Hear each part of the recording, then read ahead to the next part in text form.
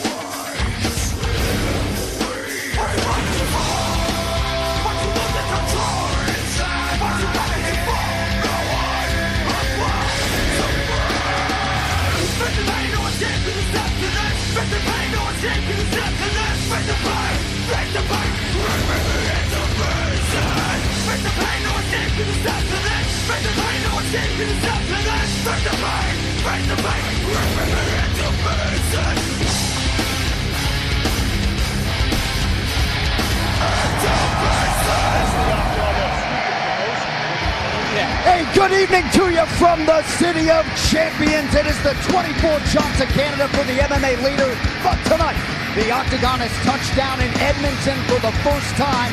This arena opened 1 year ago yesterday. Tonight, it plays host to UFC 215. And there's the woman they are all chasing at 135 pounds, UFC Bantamweight champion Amanda Nunes. American top team trained, the Lioness had her breakout performance last December, a 48-second win over Ronda Rousey. Tonight she looks to add to her burgeoning championship legacy in this second title defense. And it comes against a fighter with whom she is familiar, the #1 contender, Valentina Shevchenko. She made her pro MMA debut at 15 years old, and tonight, in her third straight UFC main event, she is within striking distance of the ultimate goal. Live inside Rogers Place in Edmonton, Alberta, Canada, this is UFC 215, Nunes versus Shevchenko 2, sponsored by Bud Light Living. Closed captioning is available for tonight's telecast. Tonight's broadcast is also fully available in Spanish, brought to you by UFCEspanol.com. And with that, I'm John Anik. Thank you for being with us for UFC 215. And tonight we have all the makings of a championship classic. Amanda Nunes is the hunted. She has conquered Ronda Rousey. She submitted Miesha Tate. She has finished 13 of her 14 pro wins. The one fighter she did not finish, though, the uber-confident Valentina Shevchenko, who tonight figures to close as the betting favorite as the challenger as she tries to become a first-time UFC champion. My pleasure bringing my partners Joe Rogan, Daniel Cormier. So, of course, tonight we were supposed to have one of our patented championship doubleheaders. We found out late Thursday Ray Borg had fallen ill. He was out of his flyweight title fight against the champ Demetrius Johnson. Yeah, it's a bummer. I mean, there's nothing else you can say about it. He got sick. He was unable to fight. Mighty Mouse is having the opportunity with the victory to have the most title defenses ever. I mean, it was a huge historical event. And an opportunity also to see, in my opinion, the best pound-for-pound fighter that's ever done it. Anytime you get to watch Demetrius Johnson compete, it's an event in itself, but he doesn't get to do it today. But I want to point to one thing. I want to point to the type of champion that Demetrius Johnson is. Most guys would have boarded the first plane out of here and went home, saw his kids. DJ and his family stayed. They wanted to see the fans, give them what they came to see. It wasn't his fault that he didn't get to fight. So he's here, he's hobnobbing, he's shaking hands and kissing babies like he's the president. DJ is in the building. He had to stay for Rogan's stand-up act last night here in Edmonton. Well, the good news, of course, we have an outstanding championship rivalry matchup here tonight as Amanda Nunes really tries to put a capstone on this series, DC, with Valentina Shevchenko. Yes, she is, and she's fighting her toughest challenger. She has seen her before and knows that Valentina Shevchenko is the toughest challenger to her belt. She has beaten Ronda Rousey. She has beaten Miesha Tate, the two most famous fighters in UFC female fighting history. She also smashed Sarah McMahon. She is a killer. She is, but I think that Valentina Shevchenko is one of the most technical strikers in this division. We saw that in the fight with Holly Holm. She consistently hit Holly Holm with that check right hook. She controlled her with her kicks. She's very strong, and look at this ground game. Submits Juliana Pena. And what we saw in the first fight between them was a very close fight, but Valentina came on strong in the third round. This is a 5-round fight. And one of the things, the criticisms of the champion, Amanda Nunes, by the way, I should say that they've improved upon this at ATT, but it's her endurance. This is a huge factor in this fight. If the fight goes in the 4th and 5th round and Amanda has not done anything about her endurance, you could see Valentina Shevchenko take over. And Shevchenko has gone 5 rounds. Amanda Nunes has not. Somewhat subdued with the stare down yesterday, but they can't wait to get their hands on each other later tonight on pay-per-view. Several great matchups coming up. Well, things can happen quickly in the UFC's light heavyweight division, and the same can be said for Ilir Latifi's fights. Tonight, the Sledgehammer tries to make it 4 wins in his last 5 as he draws the oncoming Aussie Tyson Pedro. 2 UFC starts, both of them first-round finishes, and tonight, the Jackson Wink product Pedro looks to prove he is ready to take his shots at the 205-pound elite. Always ready to fight the best in welterweight, 12-time UFC winner and division staple Neil Magny is back tonight. His first appearance of 2017 comes here in Edmonton, and it comes against the former UFC lightweight champion, Rafael dos Anjos. Now plying his trade up a division, it is all systems go for RDA, who will look to keep the momentum going in this, his 23rd UFC appearance. All right, straight ahead, we begin the main card with a fight that is most worthy of the slot. Jeremy Stephens can crack, that much we know. We also know he has smoothly transitioned from lightweight to featherweight, and that is the challenge in front of Gilbert Melendez tonight, as the longtime Scrap Pack rep makes his UFC featherweight debut and ends a year-plus layoff here on pay-per-view. All right, let's get to the rules of the Octagon. 3 judges score the bout. The bout duration is 3 5-minute rounds. For championship fights and all UFC main events, we go 5 5-minute rounds. A 10-point must-scoring system is in effect. The round winner gets 10 points, his or her opponent 9 or fewer, and scoring is based on effective striking and grappling, followed by aggression, and then Octagon control in that order. Well, before we get going, we can tell you the Edmonton Combative Sports Commission has adopted the new unified rules for 2017. Those handful of changes are in play tonight, and the fighters, of course, have been made aware. All right, good to have you with us, ready to go with live action. How is this for a way to kick off the main card? There is a new shark in the waters at 145 pounds. It's a name you recognize, Gilbert Melendez. Tough test, though, in this opening chapter in the form of roster staple, Jeremy Stephens. One of the top lightweights of his era makes his move to the featherweight division tonight, as Gilbert El Nino Melendez faces Jeremy Lil Heathen Stephens in a bout that is destined to deliver high-level action while also giving the winner a boost in an ultra-tough weight class. I truly believe in this 145-pound division. I can definitely make some noise. I think I match up well with every single fighter in the weight class. If this turns into an all-out, dog-out war, I feel like I'm the younger, faster, more explosive guy. I have the cardio, the persistence to go, and he's been in too many wars. As I'm a lot more efficient with my time, and I plan on making it my night. A former Strikeforce and WEC champion, Gilbert Melendez has fought the best of the best in the UFC since his 2013 promotional debut, twice fighting for the 155-pound title. But now the 35-year-old will try to prove his worth in a new weight class, and he figures to be put to the test immediately by the hard-hitting Stephens. People are asking me if I'm gunning for the 145-pound title. Of course I'd like that, but I have to take this fight very seriously, and I need to get by this man first. And once I do, we can talk about that. Still just 31, Jeremy Stephens has been throwing hammers in the octagon for a decade. And he knows what it takes to successfully make the move from 155 to 145, evidenced by wins over Darren Elkins, Dennis Bermudez, and Renan Barão, all serving to establish him as one of this division's elite.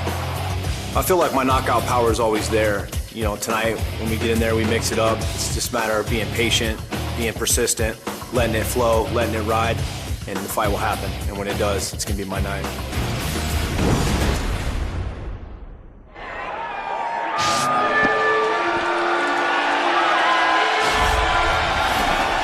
So here he is, El Nino Gilbert Melendez, turned pro all the way back in 2002. Hasn't competed at a weight this low since a Shooto appearance all the way back in 2005. And if the fighters look especially good tonight, Joe, it's because of this new UFC Fight Night collection from Reebok. All of the athletes in the new gear tonight. We've updated the color combinations, durable fabric. You can visit UFCstore.com to check out the new collection. More pressing right now, Gilbert Melendez's UFC featherweight debut. Yeah, I'm really interested to see whether or not this 145-pound cut is a smart move. He said, I talked to him yesterday after weigh-ins, he said it was easy. He said he changed his diet, cleaned everything up, and he said the weight came off and it was not a struggle. He looks forward to this. He thinks he's long and lean, and he thinks at 145 pounds he'll carry significant power. And he's also been fighting his entire career against big guys. Of course, you remember Jeremy Stephens also fought for quite a long time at 155 pounds. Right. Gilbert Melendez is a crafty veteran. He's been around. He's fought some of the best fighters in the world. And if he thinks this is a good move for him, and he says that he's physically feeling very well about it, he looked good. He didn't look drawn out yesterday. Right. I'm really excited to see this. And stylistically, man, you couldn't ask for a better welcoming party. Yeah, you couldn't. And Gilbert's a smart guy. Not only does he fight, he also does the analyst work, so he understands what he's getting himself into. As you get older, sometimes you have to reinvent yourself to and jumpstart the career. He has been involved in some of the greatest fights that we have ever seen. His trilogy with Josh Thompson, some of the best fights on record. He believes that his power, his skill, and his size will carry him in this two-weight class. El Nino Gilbert Melendez. I used to go to his gym all the time. He's a man. And he is back tonight for the first time since a July 2016 meeting with lightweight contender Edson Barboza. We'll see how it goes for Gil Melendez tonight.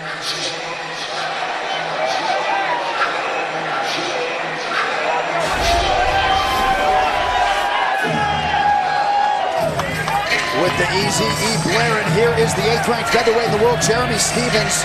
Joe, you've called most of his fights. 26 UFC appearance for Jeremy Stephens tonight, and really has redefined himself as a featherweight tonight. His 11th UFC fight at 145 pounds.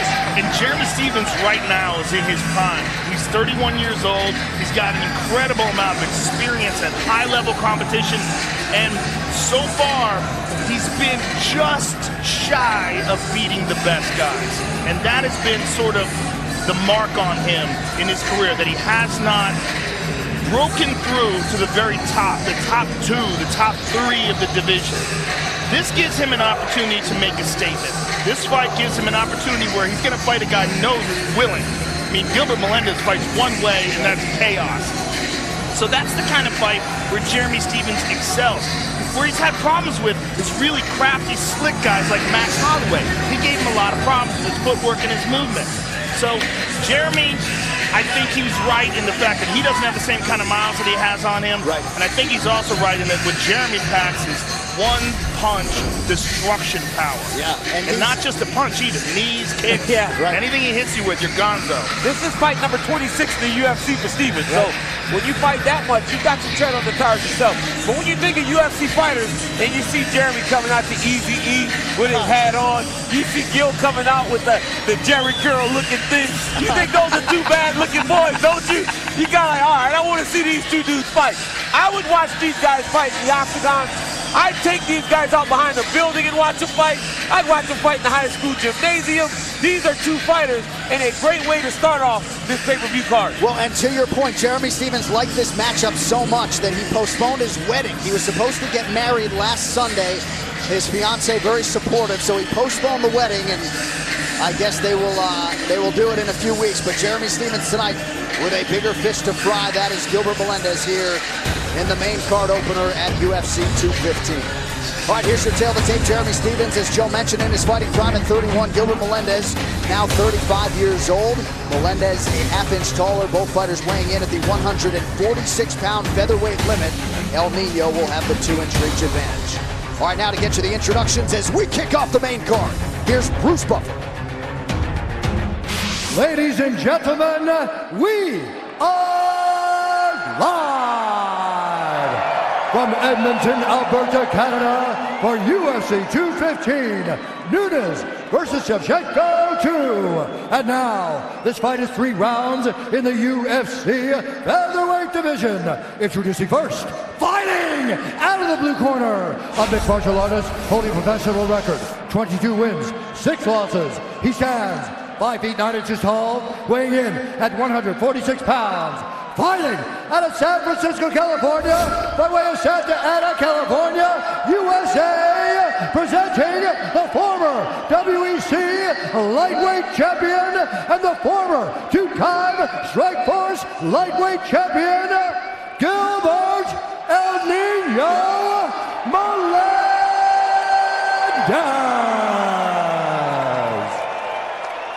And now introducing his opponent, fighting out of the red corner, a freestyle fighter holding a professional record, 25 wins, 14 losses. He stands 5 feet 8 and 1/2 inches tall, weighing in at 146 pounds. Fighting out of San Diego, California, by way of Des Moines, Iowa, USA, presenting the number 8 ranked featherweight contender in the world, Jeremy Little Heathen Stephens.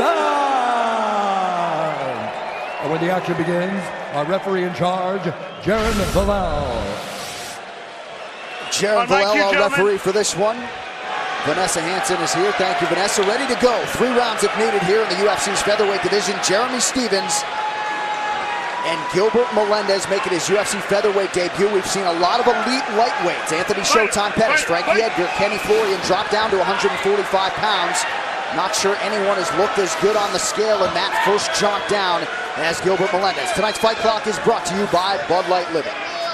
Melendez in gray, Jeremy Stephens is in black. Yeah, Gilbert doesn't look drawn out at all at 145 pounds, and maybe this should have been the weight class for him all along. Strong leg kick to open things up by Jeremy. And if you've never seen Jeremy Stephens fight before, he is all about power. Yeah, that is power, the word. power. In everything. In his kicks, his punches, his knees. That high kick knockout of Honey Jason.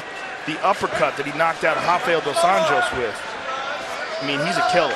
That knee he threw against Dennis Bermudez. Oh my goodness. In a crazy fight that he ended with that big knee. Yeah, it was a good fight, and he landed a bomb. And that's what Jeremy Stephens is capable of doing every minute of the fight. I mean, he never fades. He's got great endurance. Yes, and that's an important point because he really committed to the cardio and the endurance training when he moved down to featherweight. Well, I had a conversation with him about it on my podcast, and he talked about long-distance running. And he started doing much more of that to build a strong base of cardio, and he thinks that that's imperative. He thinks that that's something that he was lacking earlier in his career, and now that he has that, he recovers better, and he just has this ability to push a long and continuous hard pace. You know, you watch Melendez and you watch the Diaz boys, and they don't tend to check as many kicks. And you saw Edson Barbosa really give Gil problems with outside leg kicks. You wonder if Jeremy's going to try to use that. There he is. He's thrown about 4 leg kicks already in this first round. It might benefit him to try that as the fight gets going. Yeah, I agree with you, especially when Gilbert puts a lot of weight on that front leg and really puts a good bend to it. And he nailed him again, right as you said that. Most guys that are boxers don't tend to check kicks very well. And Gil's a pretty classic wrestler boxer. That leg swelling is already real looking bad. swollen. Yeah. There's a nice knot on the shin. He took some massive kicks from Barbosa. I mean, he got blasted, and only being as tough as Gil Melendez is why he was able to stand up through that fight and come on in the 3rd round. Boy, a lot of guys are going to that low left kick, that low leg kick rather, like right below the knee. Yeah. It's such a devastating technique. because no one's tough down there. And the problem is, though, if they check one, you're in a lot of trouble. You're in a lot of trouble if they check one. So you got to be careful when you throw that kick. You got to kind of hide it. Well, Gilbert right now is hiding a limp because that leg is messed up. I mean, he's got he's nailed him there again. He's going to have to switch stances soon. Yeah. It's such a knot, it almost looks like it's cracked. Is that maybe damage from the Barbosa fight because he took so much damage on that leg? 2 minutes here to go in round one. Melendez spent nearly 1,900 days as the Strikeforce lightweight champion, 2 separate reigns as Strikeforce champ. Nice right hand by Melendez. Very nice. He's got to do more of that. He's going to have to go into the fire with Stevens to get his punches off. You wonder if he's, oh man, his leg is gone. His leg is gone. Already. Yeah, he's in real It's trouble. broken, I think. Joe, you're right. It's messed up really bad. It's messed up really bad, Joe. Yeah. Look at that leg. Yeah, it's hard to tell if it's just a massive knot or if there's some structural damage there. He needs to change stances maybe. Or do that. Now he's just going forward and taking the fight to Jeremy. Man, that leg. Look at that. Oh, beautiful right hand. And nice jab, too. Look at Gilbert Melendez knowing that he's in trouble with the leg, just going forward. This reminds me of Stipe Miocic and Junior Dos Santos. Dos Santos landed 2 really nice leg kicks, and Stipe just kind of went after him. He can't sit back. Gilbert Melendez needs to go forward and keep taking the fight to Jeremy Stevens. Just next level heart and toughness, though. I mean, DC, how do you put that out of your mind and press forward? It's hard. It's very hard because you know if one more lands, he may have to go back down to the ground. Right. The swelling on that leg, it's ridiculous. Yeah, it's insane. It looks like there's a rat trying to get out of his knee. I mean, it really does look like a small animal is trapped under his skin. But Gilbert just, look at that. Took it right there. Oh, again. Man. Right on the button, Jeremy. Right on that bull.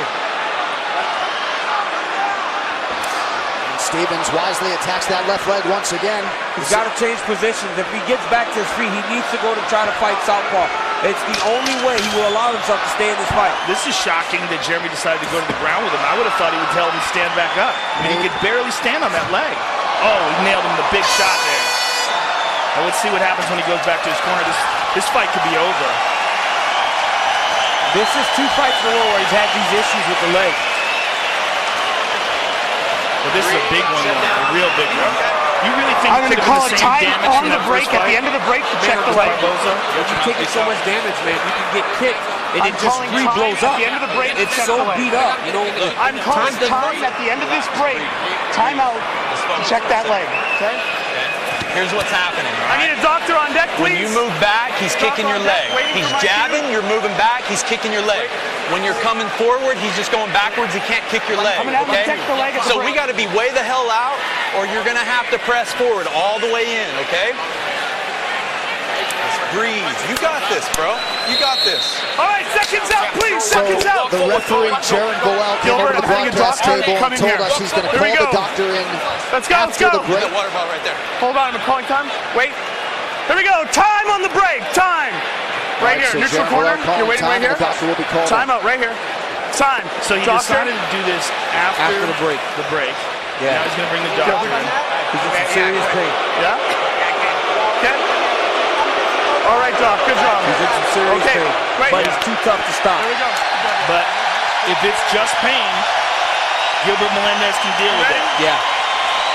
I would throw some wrestling out there. Switching stances. Smart. No.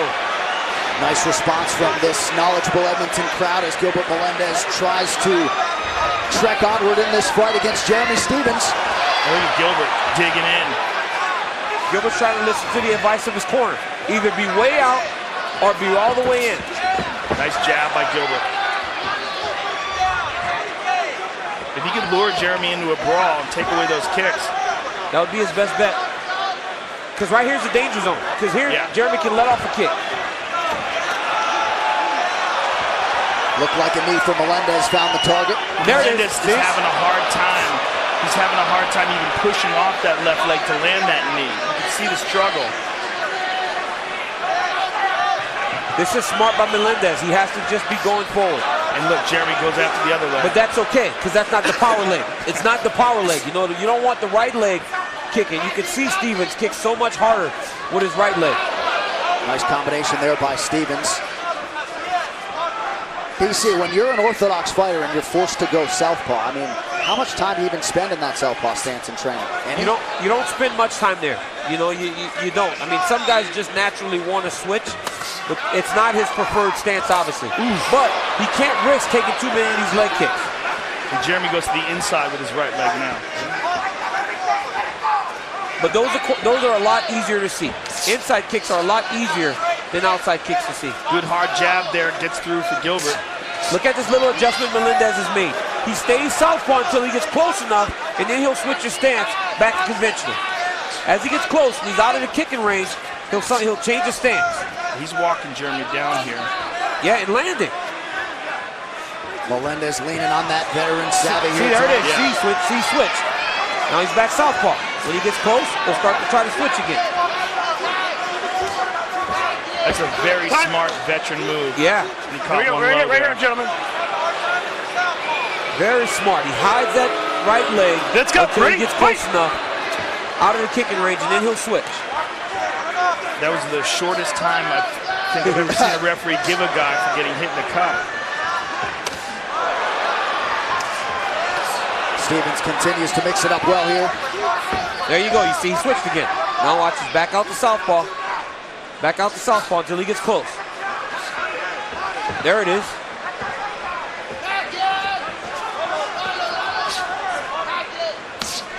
He went to it again. He got it. Man. He got it. He can't take any of those kicks. Melendez back southpaw. Back to his feet. The question is for how long? Crowd trying to keep Gill in this fight. It's incredible how this game keeps evolving, and that low leg kick is now a primary weapon, and a really devastating one. It doesn't take many. You didn't see this technique just 5-6 years ago. It's very rare. Matter of fact, Benson Henderson was one of the first guys I ever saw utilize it in the octagon. Now you see it's pretty much every event. Yeah. Some swelling underneath the left eye of Jeremy Stevens. Let's now go into the blue corner of Gilbert Melendez. What's that? Pop on the punches. Yeah, he's got to. He's got to start straight left. Yes. Yeah, that's straight left. Smother, make him work. Keep moving forward, Gil. He's getting tired. Let's go. You can't kick him when he's getting smothered. Josh Clopton, Nate Diaz. He didn't like that southpaw either, I don't think. Catch that kick.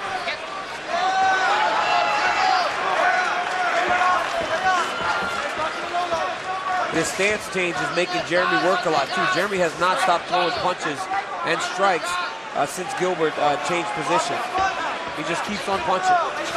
Look at that. Nice combination. Oh, beautiful uppercut, and then the hook from Jeremy Stevens. But remarkable that Gilbert Melendez has seen the 10th minute of this fight, given how the early minutes played out.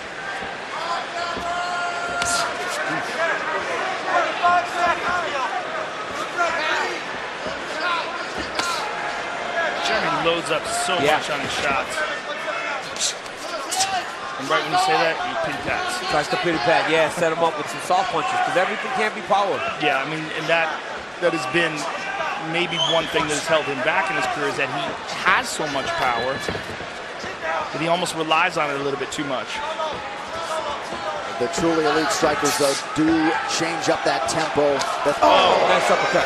Oh, dropped him again with that kick. Oh, man, look at the size of the swelling on that shin now. And just like he did towards the end of the first round, Jeremy Stevens goes to the canvas here. 10 minutes down.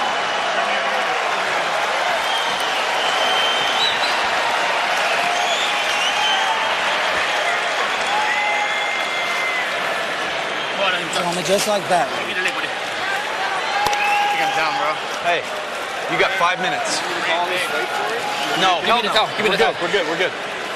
Hey, you got 5 minutes, and that's it. You got 5 minutes.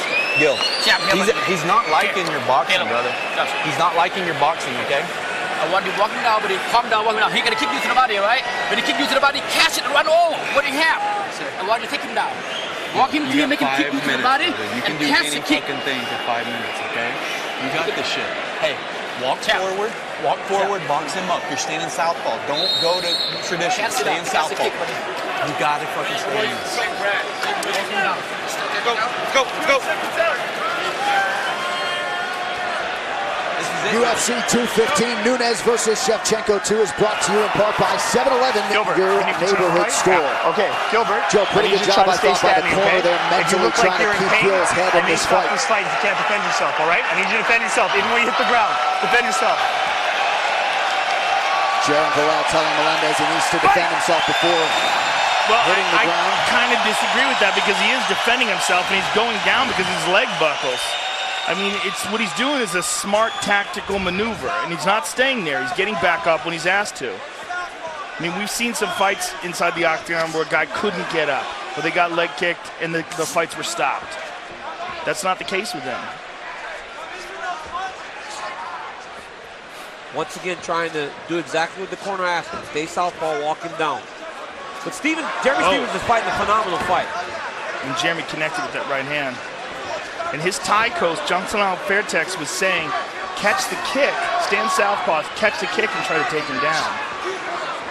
Because you know there's no push off the back leg to try to secure a takedown here. A level change would be very difficult for Melendez because of the damage that his leg is taking. So it will take a counter to try to secure a takedown. Ooh.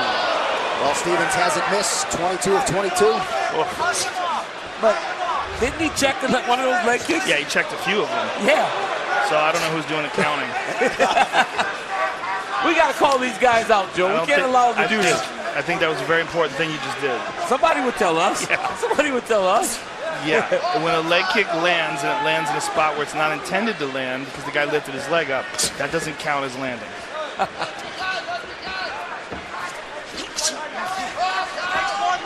Stephens continuing to follow up that uppercut with a left hook. Under 3.5 here to go in this third and final round. And Jeremy, again, he hit him hard on that right leg now. And you're seeing some swelling on that right calf. That was one of the better kicks that he's landed on the opposite side. Boy, if he could take out that right leg as well, and I think he's done some damage to it. It's starting to buckle as well. I mean, it's tough to tell what's buckling because he's just not moving so securely. But look how he walks him down. Still trying to fight. It's a warrior spirit, man, Gilbert Melendez. And what a performance by Jeremy Stephens. Tagged with that right hand. Gilbert comes right back. It's the only way that he can fight him right now. But Jeremy's doing a good job of mixing hard strikes and soft strikes. 173. 173, then an overhand. No, regular. 3-2 now. Slap 3-2. Good. Keep back.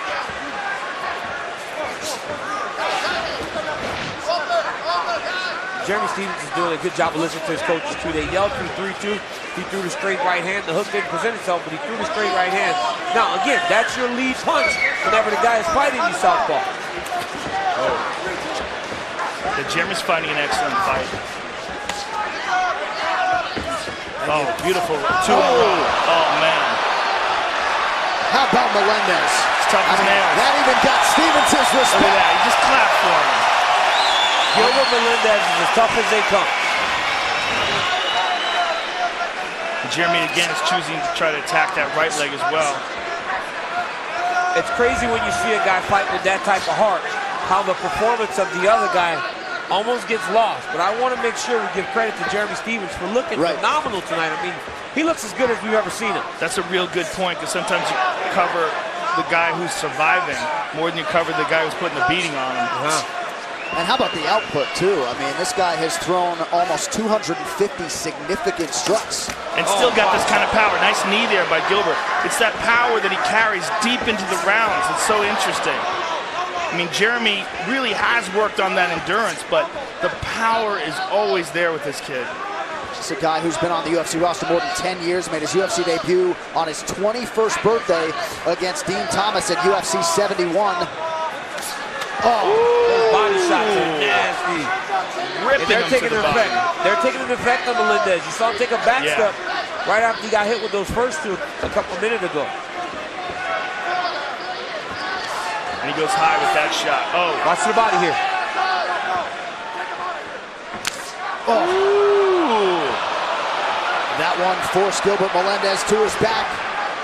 You know, surprising that Jeremy doesn't just make him get up, and he nailed him there on the get up. And down again. Big shots from Stevens. But this gives Gilbert a chance to recover. Yeah, he's in half guard here. Very easy for Jeremy to go to three-quarter mount here. Just push that leg down, slide the knee right through, thread it. Stevens continues to apply pressure here down the stretch. Melendez perhaps chasing a moral victory by going the distance on one leg. Outstanding performance for Jeremy Stevens tonight. That's a big win for him. Huge. And you put that up with wins over Dennis Bermudez and Renan Barao. Huge win. One of the biggest performances of Stevens' career. And let's get to the fight replay. It is brought to you by Bud Light. What did he just scream? Living. I don't know if we can even say what he just screamed. He said he is a real mother. Those leg kicks were brutal early in the fight. Jeremy Stevens throwing those leg kicks. Must have saw it in the Barbosa fight. Melendez does not check kicks very well. Gilbert essentially fought on one leg, and Jeremy Stevens fought the perfect fight. You see a guy that generally powers up every time. This time he took his time, found his shots, and they were very effective because of it. Yeah, it was really the first techniques he was throwing within the first couple minutes that were landing and just taking out the shin. Just massive swelling, really hampered the movement. But then on top of it, his workout pick. You talked about the sheer volume he landed. Right. Very impressive. And there's Gilbert Melendez, certainly disappointed. He seemed to express to his corner after round two that maybe he didn't have anything left. But as I mentioned at the start of that third round, I thought the corner did a nice job mentally keeping him in the fight. And Melendez somehow digs deep and survives another 5 minutes. Certainly a disappointing return for El Nino tonight. But again, here's a guy whose stock goes up, arguably, with the loss given that aforementioned toughness. And there's Jeremy Stevens talking to Joe Rogan. Stevens came over, thanked Sean Shelby for the fight here tonight. He liked this matchup. Stevens wanted to fight a guy who he didn't feel like he'd have to be chasing the whole night. Jeremy Stevens was on point tonight. Let's get to the official decision, brought to you by Metro PCS, who brings you closer than ever to the UFC on a fast nationwide 4G LTE network. Here's Bruce Buffer. Ladies and gentlemen, after 3 rounds, we go to the judges' scorecards for a decision. The judges score the contest 30-26, 30-26, and 30-25. For the winner, by unanimous decision, Jeremy Little Heathen Stevens. Hey, congratulations, Ryan. I know it's your wedding day, baby. What's up? Wish I was there. All right, I'm here with the winner, Jeremy Little Heathen Stevens, who postponed his wedding for a little bit to get this matchup because you knew what a matchup this would be. Gilbert Melendez, one of the toughest guys to ever do it, and you knew that he was going to come straight at you, and it was really the perfect kind of fight to showcase your style. Yeah, it's good. Welcome back. Thank you, Canada! What's up, baby? Hey, real quick, gotta give a shout out to my boy Ryan. He actually got married today. You know, for the Canadian fans, I was supposed to get married September 3rd. Sean Shelby calls me up, says Gilbert Melendez. I said, who? He said Gilbert Melendez. I go, let me make one phone call to my fiance real quick. We gotta push the wedding back. I got the coolest chick in the world, Cindy Lopez. We're about to get married here in 2 weeks, and it cannot be fucking greater. Yes! Jeremy, those low leg kicks were a huge factor in this fight. You landed them early. You took away a lot of his movement. Was that something you had anticipated and planned for, or did you just see it in the moment? You know, no offense, but Gilbert Melendez has been around for a long time. I just don't think he's evolved. He's got a real wide boxing stance. Barboza, one of the nastiest leg kickers in the game at 55. Put an end to him. I got great leg kicks. People worry about my hands so much, they forget about my leg kicks. We weren't worried about the takedowns. You take me down 15 times, I get up 16. I keep fucking coming. That's what we do, baby. Congratulations on a spectacular performance. Hey, thank you, Joe Rogan. Thank you, Sean Shelby, for this fight. Again, Cindy, I love you very much, baby. I'm coming home winner, baby. Yeah! Jeremy Stevens, ladies and gentlemen. Unbelievable performance by Jeremy Stevens. Showed that he can make adjustments for the fight that he's in. I thought that this was the best Jeremy Stephens that we have seen in a very long time. He didn't seem to be worried too much about getting the knockout, and everything worked because of it. Yeah, maximize the pay-per-view showcase. Outstanding post-fight interview with Joe Rogan as well. And how about Donald Cowboy Cerrone dressed to the nines tonight? He's got a main event date with Darren Till coming up on UFC Fight Pass from Poland, Saturday, October 21st. UFC 215, Nunes versus Shevchenko 2 is brought to you by Bud Light Limited, Metro PCS, who brings you closer than ever to the UFC on a fast nationwide 4G LTE network. By Kingsman The Golden Circle, in theaters September 22nd. And by 7-Eleven, your neighborhood store.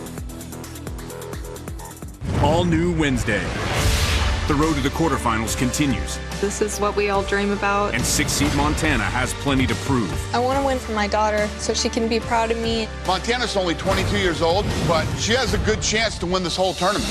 But for long shot Ariel, the spotlight may prove to be too bright. Everyone has their off days. Unfortunately, mine was today. What's going on? Can Ariel pull it together in time to fight? This still can make you question yourself. An all-new Ultimate Fighter, Wednesday at 10 on FS1. The new season of The Ultimate Fighter is off and running. At season's end, we will crown a new world champion. Coaches Eddie Alvarez and Justin Gaethje, episode 3 coming up this Wednesday, 10 p.m. Eastern on FS1. All right, so as we get ready for this next fight, let's pull up the rankings at 205 pounds to show you where these light heavyweights stack up at present. So Ilir Latifi entrenched there in the top 10. Tyson Pedro looking to take his spot and move his way up, Joe. With this whole division, I mean, if anybody should talk about this, it should be this man right next to me, Daniel Cormier, because of course, you're a key component in this division. Ilir Latifi, though, this man is a tank. I mean, he's one of the most physically powerful guys in the division. And Tyson Pedro is a very interesting and promising up-and-coming fighter. Yeah, man, you look at Tyson Pedro, and you don't see many young guys. You don't see young guys that are as exciting as Tyson Pedro, but he has his hands full tonight. Latifi is a big old block of rock. He is stone. Try to pick up stone by yourself. Seriously, the guy is stone. I've wrestled him before. Right, I know you have. This is going to be a good fight. And I know you had your eyes on Tyson Pedro, DC, at the weigh-in yesterday. So if you can get on the radar of the former UFC light heavyweight champ, you're doing something right. Let's see how it goes for Pedro here tonight. Well, Australian hopeful Tyson Pedro has certainly ripped through his pro competition to date tonight, though. The sternest test of his young career as he squares off with the sledgehammer of Ilir Latifi. In a clash fight fans have stamped with their approval.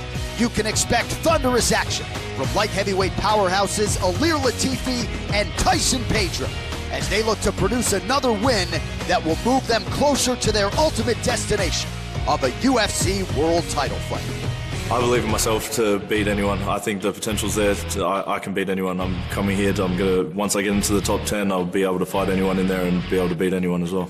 205 division right now is very messed up, and there's a lot of things happening. So I got to get this win, get fighting up the ranks, and aiming for the title.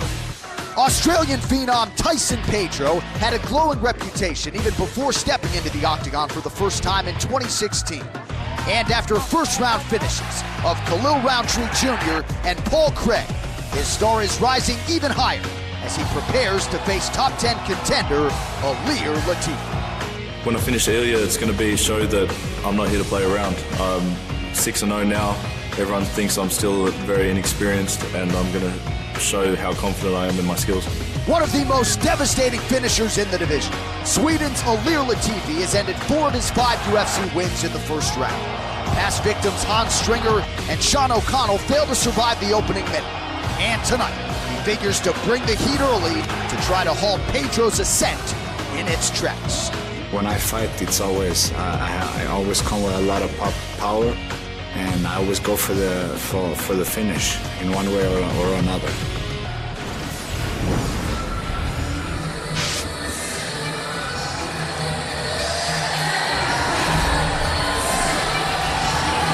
That's a happy guy. I'm telling you, but don't let the walk fool you, because this guy, in terms of mixed martial arts skill, is wise beyond his years. 6-0 for the 25-year-old, but lifelong martial artist. His father owned King of the Cage in Australia, so this is a guy who cornered James Tahuna back in the day in the UFC, amateur boxing experience as well. Tyson Pedro believes people are sleeping on him as he tries to sleep Ilir Latifi tonight. Yeah, I'm very high on this kid. He's got a lot of potential, and the fact that he can be so loose and relaxed. I mean, this is a Mariah Carey song, isn't it? It is. I mean, come on, man. Joe, don't pretend you don't know for sure. I'm just not sure. I don't want to get called out. I'm old. I don't understand the kids' music today. But I'm high on this kid. I'm high on this kid's technique, and his composure and how loose he is right here speaks to that. That he's in here to fight a guy DC describes as a big old slab of rock. Right. And he's just loose and dancing around, having a good time. Well, I think the song is called Fantasy, Joe, if you want to buy it on iTunes later I'm tonight. going to Shazam it right now. Hey, I don't. It's not on my I wish there was iTunes a camera looking at Joe, because Joe just did a fantasy dance. Tyson Pedro's so relaxed because he said if he doesn't go out and fight to the best of his ability, the whipping he will get from his father when the fight's over is going to be much worse than what anybody can do to him in the octagon. This dude fought Paul Craig at UFC 209. If the fight lasted 4 minutes and 10 seconds, Joe, that 4 minutes and 10 seconds is the longest fight of his entire career. Well, and that's something a lot of people have talked about. He has 17 minutes total of pro mixed martial arts competition, but, you know, he finished Paul Craig out of the crucifix position. That's happened 7 times in the history of the Ultimate Fighting Championship, so pretty heady stuff for the soon-to-be 26-year-old Pedro. Yeah, he's definitely got something special. It's whether or not it's special enough to hold off a really powerful, very experienced wrestler.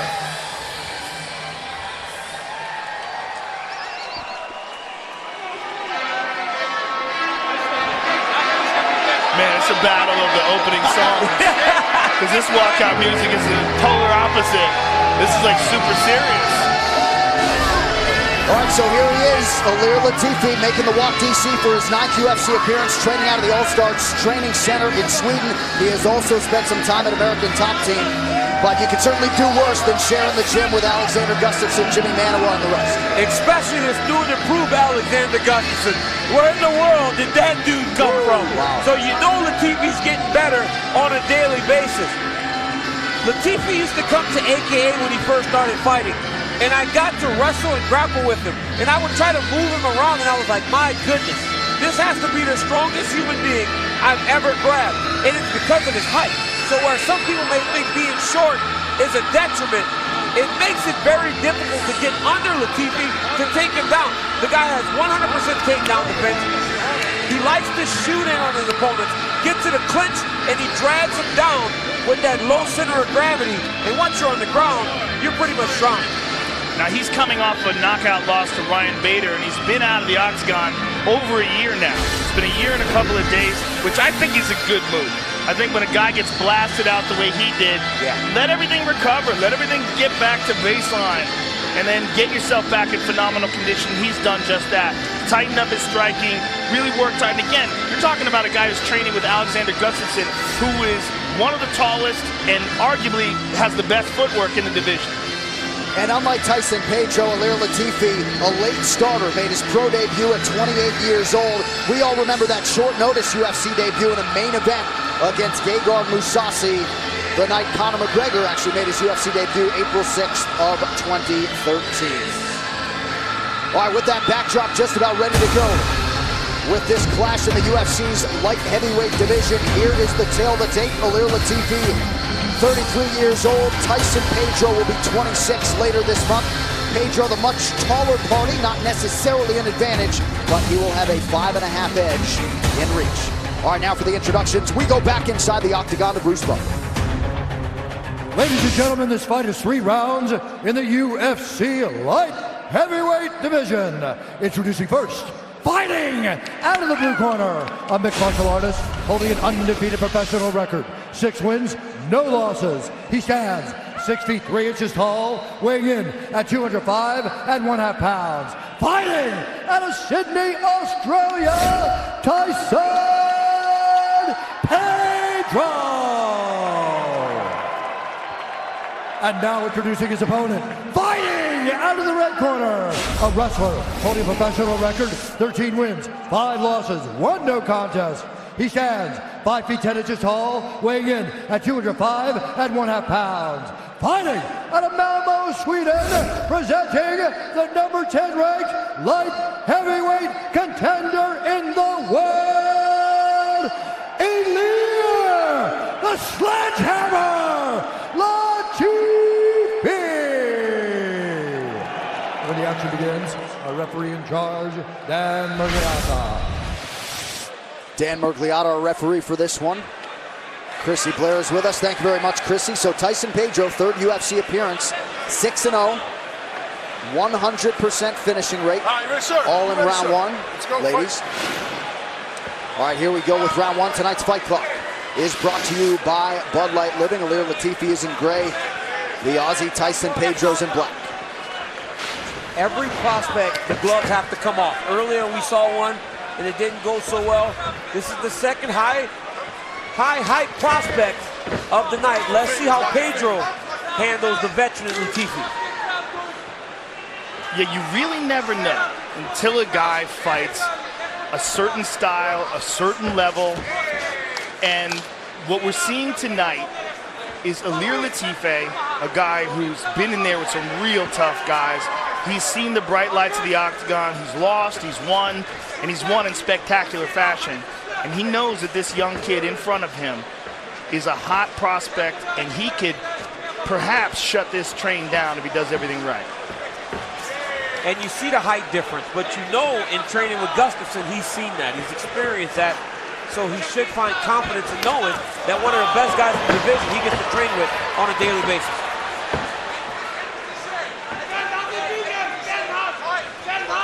Good shots to the body by Latifi, good knee to the body by Tyson.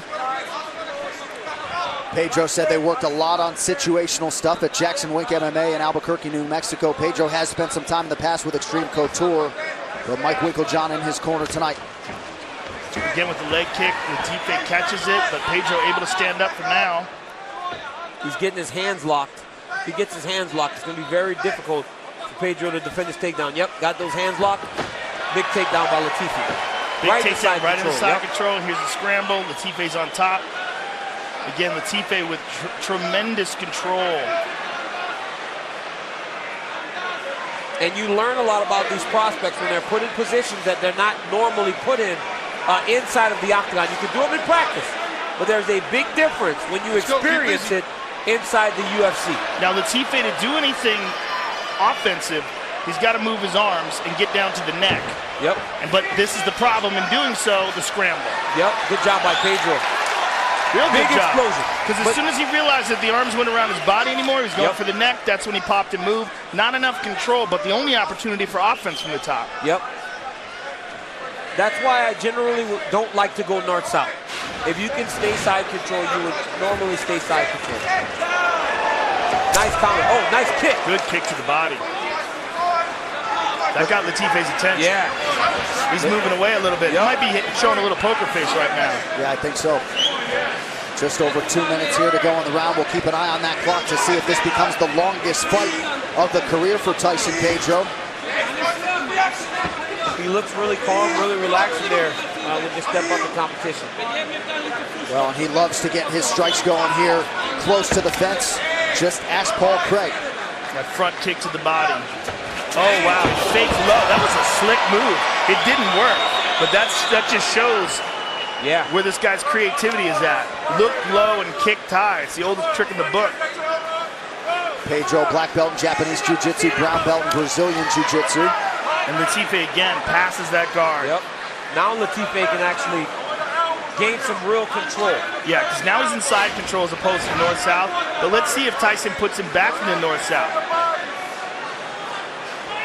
Pretty good early sign from Latifi. He's doing it on purpose. He's forcing north-south, but he's got to watch out for his neck. Yeah. He's got to watch out for his neck. That's a north-south choke here. Latifi doesn't have control with the left arm, though. The left arm, what he wants to do is he wants to secure that position better. Either with underhook, now he's got it, now that's better. He's going to it. Oh, look at that quick explosion. Pushes off with his heels, very fast. And Joe, that's great early, but as the fight goes longer, he's escaping on pure explosion. He's not using the best technique to get back to his feet. He's just big and strong, so he's getting back to his feet. But what happens in round 2 and 3 when that explosion isn't there anymore? How does he manage to get back to his feet then? He just hit him with a couple of Travis Browns right there. Yeah. And he's a tall fella as well at 6'3".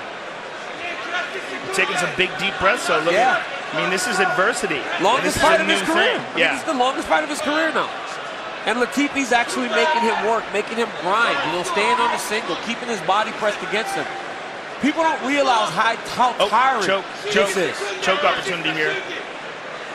Latifi's got to be careful here. Watch his neck. Oh, and he caught him with the left hand. Final seconds here of round 1. Both men had their moments. See, he does that a lot. So Tyson Pedro hits a second round for the first time in his pro mixed martial arts career. You see Ilir Latifi get to the double, head on the right side, body, hands locked behind the butt, secure the takedown. Pedro did a fantastic job of getting back to his feet. Right here, on that kick, he went high. Latifi was able to grab the leg and actually secure the takedown. Then in a little bit of a clinch here, Pedro, boom, body kick right there, landed perfect. And Latifi seemed to be bothered by that strike. Anjos jab, and go use your jab a lot, all right? Use your jab. It was working every time you did it, all right? You can jab, you can hit him to frame. Okay, slowly. Hey, he's slowing right down now, Tyson. Slowing right down. Hey, don't let him lure into his pace, all right? You ask your pace. Feint. If he doesn't respect it, ask a question.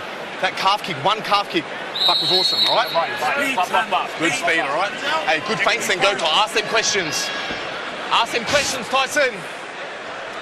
UFC 215 Nunes versus Shevchenko 2 is brought to you by 7-Eleven, your neighborhood store.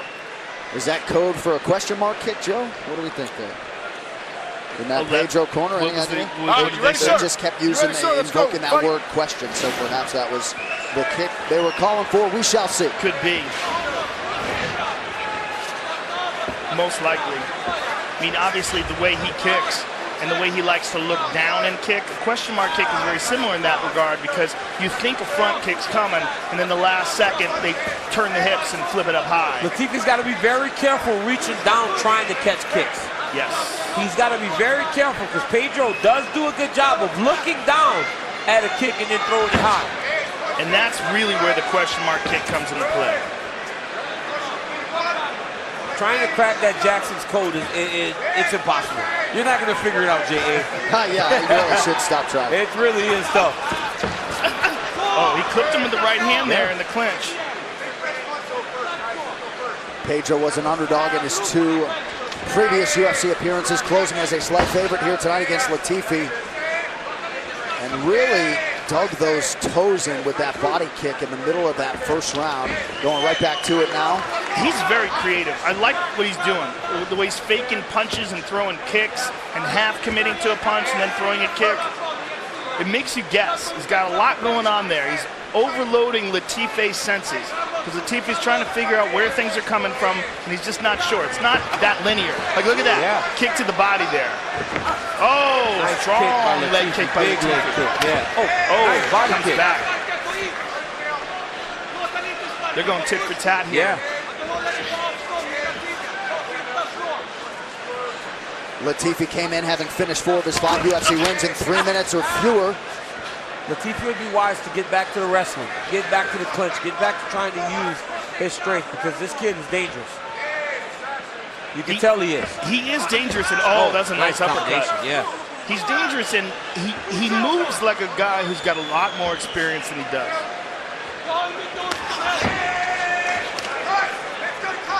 Everything comes off of a feint, too. You watch him, everything is kind of feint. He doesn't just attack. Watch before he attacks. He tries to feint. Give Latifi, like you said, overload his senses. Give him something, look at that, give him something else to think about before he actually attacks. I mean, look at that. Yeah, beautiful. And noticing that moment, that momentary pause where Latifi was standing in front of him, tries that high kick. Now Latifi's going bulldog on him. I've had enough of you, young man. I've had enough of you.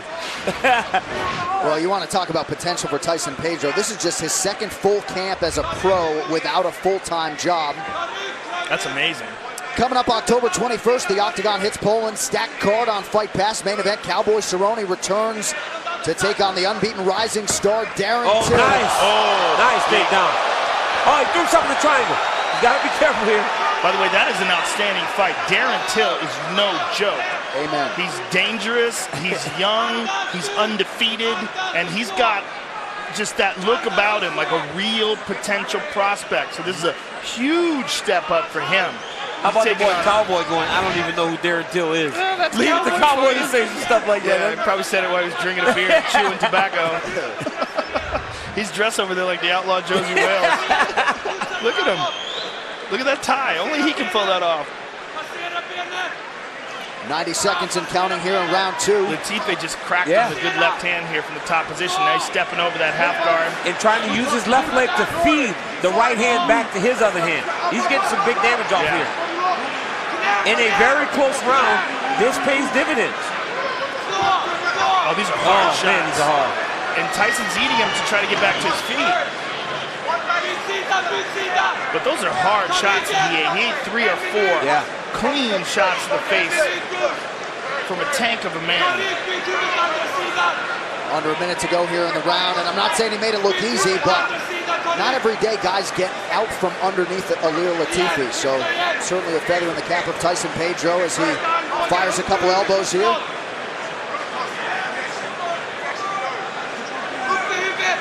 Latifi's just trying to maintain control here as we get to the end of the round. Maintain control, keep Pedro at bay, and just leave an impression in the judge's eyes. Because he got the takedown, had some top control, and he's winning against the fence. So this may have won the round for him. He's looking to grab a hold of his neck here.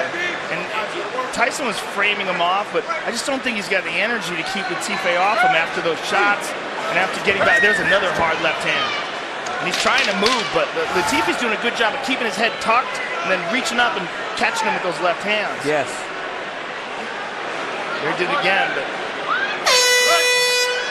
very interesting. Big deep breaths from Tyson Pedro. Uncharted territory for Tyson Pedro.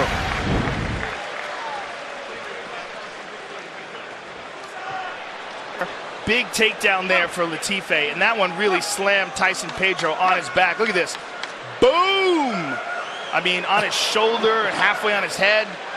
And Latifi with a strong performance. He's going to come out with 2 or 3 bursts of energy. That's it. You will defend all those takedowns with those mantises. You got it? Bend those knees. Don't let him enter. Hey, got it? Bend those knees. Don't let him enter. A lot of 10s. Sir. Ask those questions, Tyson, okay? Hey, listen, he's fucking, you're backing up. He's fucking so slow. Don't let him go to your pace, okay? Ask the questions. We need this round, all right? We're finding you to knock him, right? Finish his ass. I'm not sure what the judge is going to say about it. That knee up the middle, Tyson. Boom, Knee up the middle. I don't know why, but curse words sound better coming from an Australian accent. They do. They do, really. It doesn't even sound improper. The unauthorized reproduction or distribution of this copyrighted work is illegal and punishable under law. The dulcet tones of Sean Sullivan, by the way, in the corner of Tyson Pedro, who has realized a 3rd round here for the first time in his pro career. Yeah, either way, this is a massive learning experience for him, taking on a high-level contender that's a very dangerous veteran in Ilir Latifi. And there's a nice stiff jab by Tyson Pedro. The real question is going to be, how are the judges seeing this? Latifi's left eye has taken a lot of damage. Yes, that jab. Ooh, that low calf kick. He cracked him with it again. As we saw in the Melendez fight, it doesn't take many of those kicks. He needs to go right back to that kick. Latifi has been very economical and efficient with his strikes here tonight, landing over 75% to go with those 3 takedowns. So much movement and feinting coming from Tyson Pedro, even in the 3rd round. He hasn't abandoned that. He started winding up and looking for big shots or trying to conserve his movement. I mean, he's doing everything the same way.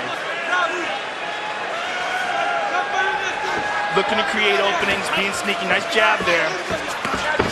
And ducked under that right hand well as Latifi looked to drop a bomb on him.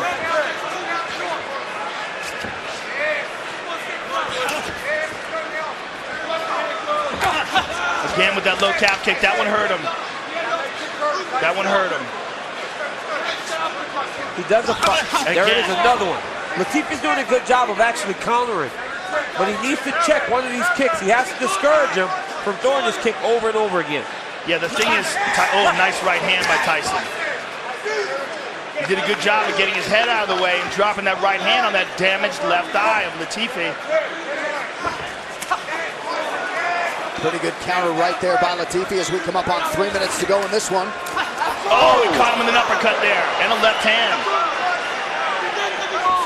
And you see in Tyson Pedro, another young guy that doesn't throw everything crazy and hard like Gavin Tucker did earlier, and his cardio's holding up better. So you had two prospects tonight on his card, and one of them held up through the third round. Obviously, he's not taking the damage that Tucker took too, but he doesn't just fight with emotion. It doesn't go crazy, and you see him fighting well in the third round. And he nailed him again with that low calf kick.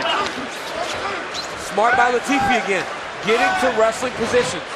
This is the one area that Tyson Pedro has not shown that he can compete with Ilir Latifi, is actually defending his takedowns. And once again, he takes him down. And that is big for Ilir Latifi. And DC, you said this is a plus athlete who doesn't get enough credit for the athleticism that he brings to the table. Oh yeah, because people see him and he's short. You know, he's not the biggest guy, but this kid is a fantastic athlete. He's a really good wrestler. And man, Ilir Latifi can do some crazy stuff in the gym. He'll be doing flips and stuff. The dude's insane, man. He's a great athlete.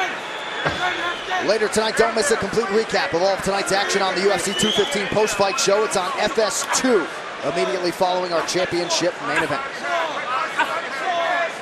Well, there's the old expression, you lose nothing if you learn something. Yeah. And I think Tyson is getting a real lesson here tonight in the next level, and then also the most important aspect, I think, of MMA, and I'm sure you agree, wrestling. Yeah, he's getting, because that's what's happening right now. On the feet, he's doing fantastic. He's fighting great.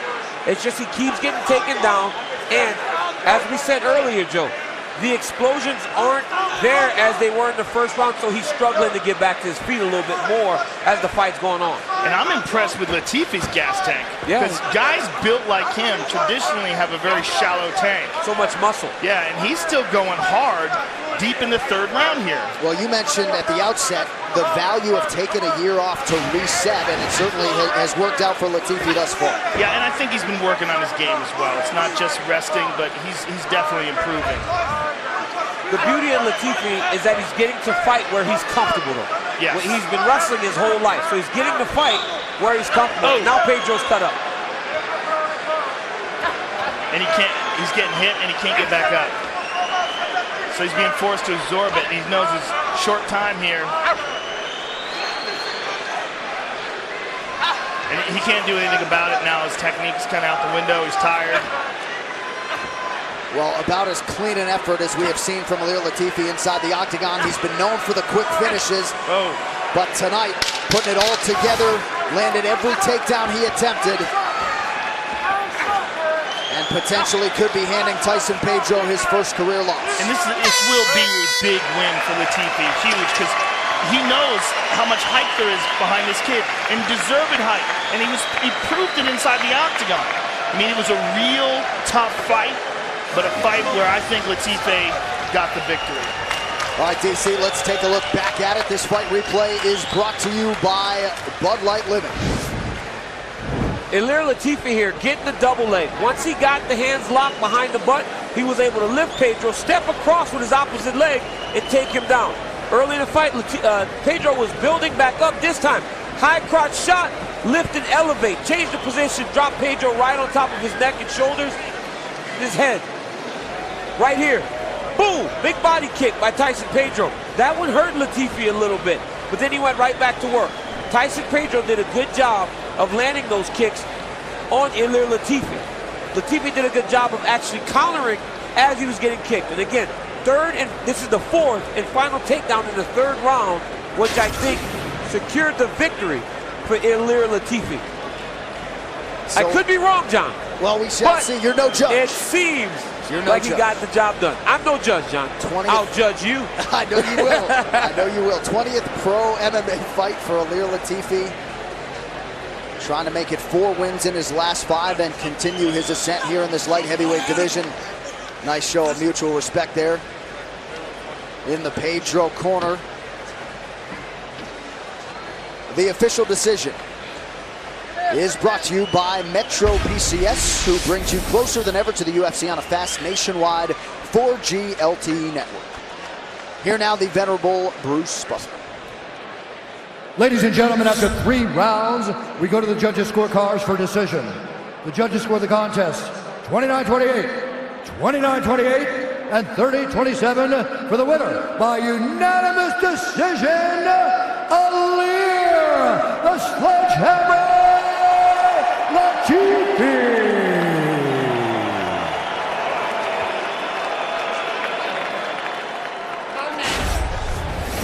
I'm here with the winner, Alir Latifi. First of all, Alir, congratulations and welcome back. This is a big victory for you. It's a really young, hyped up, very promising contender. You used your wrestling and you shut him down. How good does it feel to be back in the win column? Feels great. You know, I had a long break, over a year now, because of injuries and stuff. So it's very nice to be back. I felt a little bit uncomfortable in the beginning, but then I got in the fight. It was your wrestling that really took over the control of this fight. Was that something that you anticipated would be a big factor in this fight coming in? You know, I seen Tyson fighting and he's very mixed, you know, the new kind of fighter, does little crazy kicks and stuff. So I had my wrestling as a backup plan, but I was prepared to go striking. But when I felt I was really comfortable, I took the distance where I needed it. Well, congratulations on an excellent victory. Welcome back to the win column, and we look forward to seeing you again. Alir Latifi, ladies and gentlemen.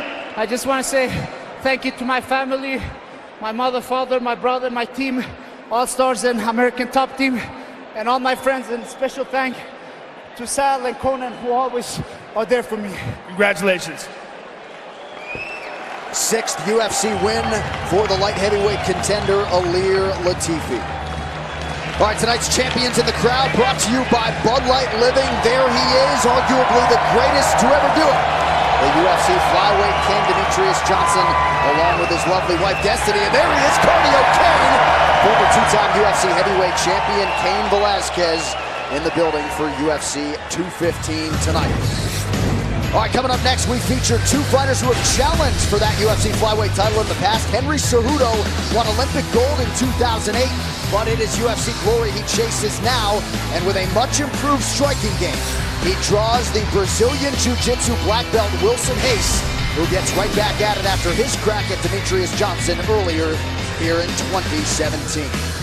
Next weekend, it is off to Pittsburgh for a UFC fight night from the home of the Stanley Cup champions, as a former UFC champion looks to rally from a stunner last June.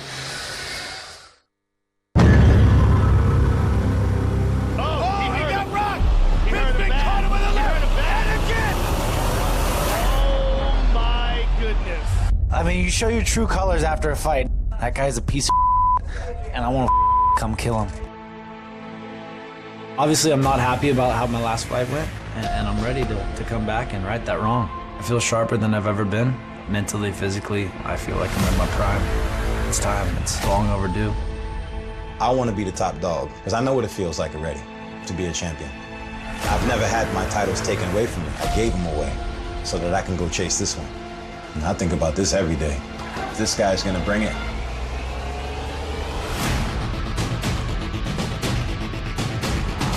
I know I'm the best in this game.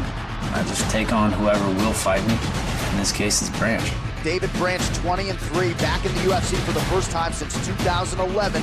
I'm better than everyone, and I use everything I have to put him in the worst spot possible. Then I'm gonna finish him.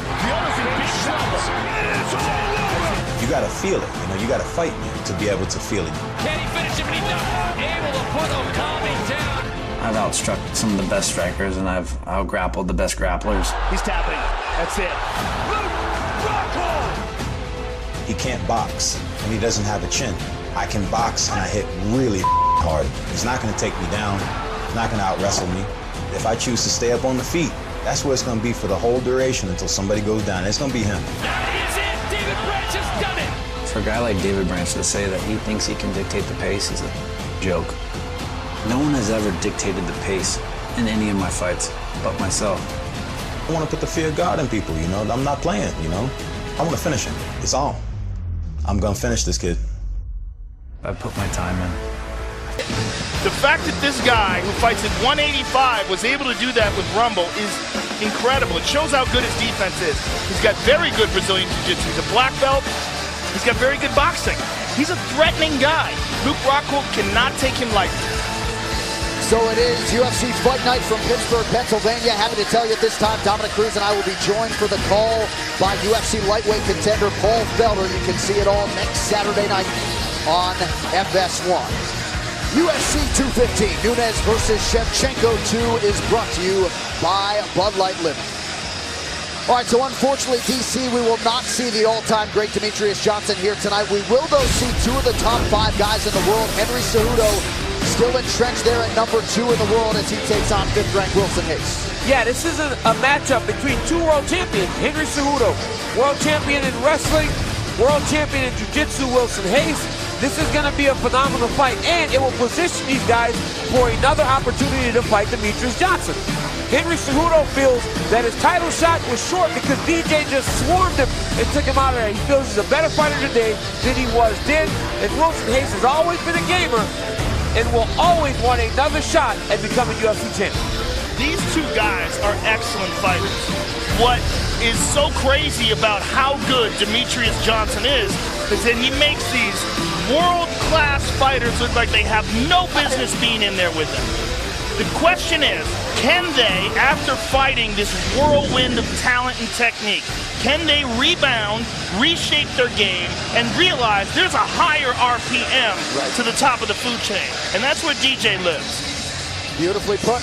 Well, this fight got the late push to pay-per-view. Let's see which fighter can take advantage of the spotlight here tonight. So the UFC tested Wilson Hayes makes the walk for his 30th professional fight tonight against Henry Cejudo, the latter in search of his first finish inside the octagon. Ranked 2nd in the world at 125 pounds, 2008 Olympic gold medalist Henry Cejudo is a former world title challenger who is coming off a stock-raising December scrap with Joseph Benavidez. But to get in the running for a second shot at the championship, he must impressively defeat Wilson Hayes here tonight. Also seeking a second opportunity at UFC Gold, the top 5 ranked Hayes got the big-name opponent he sought as he tries to add to his total of 6 UFC wins in what will be his first bout in Canada since he beat Ivan Menjivar in his UFC debut back in 2013. Coming up next, high stakes at flyweight as Wilson Hayes takes on Henry the Messenger Cejudo.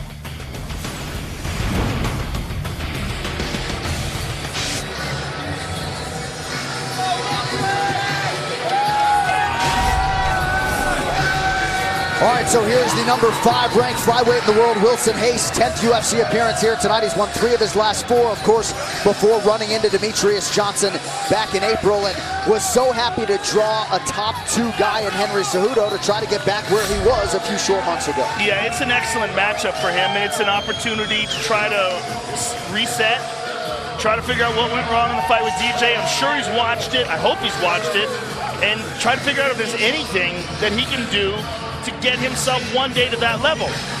There's a real problem, though, that happens when someone's completely dominated. The guy that wanted to go and fight for the title and be the best fights a guy and gets dominated so badly he realizes he might never be the best. So then the question is, do you still have the same kind of motivation that you had when you were surging towards that title? Or have you just settled into a place of 2nd place or 3rd place or whatever you're going to find yourself in? We're going to find out tonight from both of these guys. Yeah. If these guys come out guns blazing with something to prove, then we know they have that fire inside them. Yeah, you know, Wilson Hayes is the guy that believes that he can be the champion. I know that he got beat by DJ. He got dominated and submitted. But he's been to the top of the mountaintop in jiu-jitsu. He's been a champion before. Wilson Hayes is the guy that's constantly smiling. If you can make the little Grinch Dominic Cruz smile, then you are a happy person. And Wilson does it because Dom tells me that Wilson makes him smile. And I try, and I try, and I try. And I hope Dom's at home listening. And this put a smile on his face. Grinch. The little Grinch. Oh. So 28 takedowns landed for Wilson Hayes in UFC competition. 16 back takes inside the octagon for this guy. Had never been submitted until running into the aforementioned Demetrius Johnson in April. And he thinks he will be the first to take down Henry Cejudo inside the octagon. We'll find out shortly. Carlson Gracie used to have an amazing statement. Take a black belt, punch him in the face once, it becomes a brown belt. Punch him in the face again, he becomes a purple belt. Yeah. And that's the case, I think, with Wilson. It's not like DJ would submit him in a jiu-jitsu match, but he had beaten him up so badly that he was so diminished that he couldn't defend. So, Joe, your thoughts on Henry Cejudo? Very competitive last fight against Joseph Benavidez, a fight many people thought he deserved to win.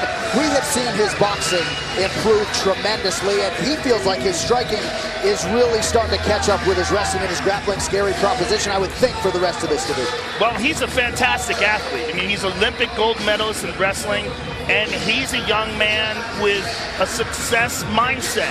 He wants to do everything he can to maximize his potential as an athlete here on planet Earth. And he wants to be the UFC flyweight champion of the world.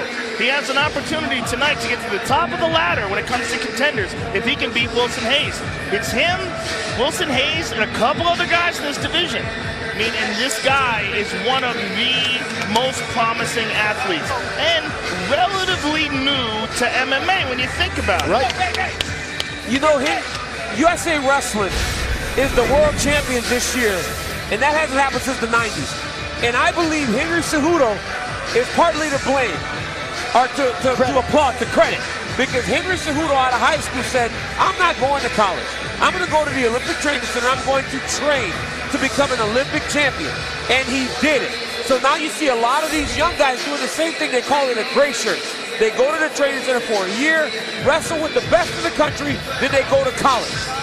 This year we won the world championship, first time since 1995, and we have guys like that on that team.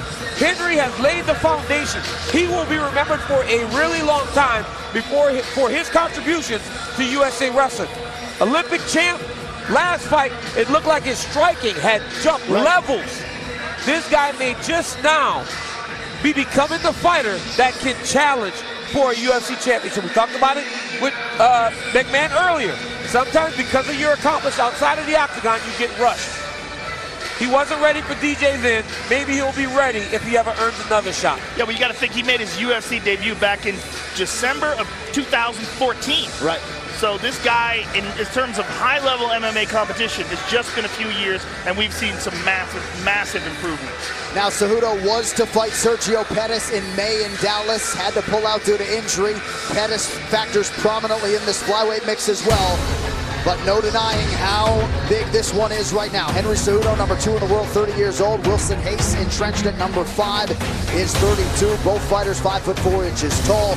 125 and a hook for Cejudo, 125 on the screws for Hayes, who will have a 1-inch reach advantage. All right, now for the introductions, back inside to Bruce Buffer.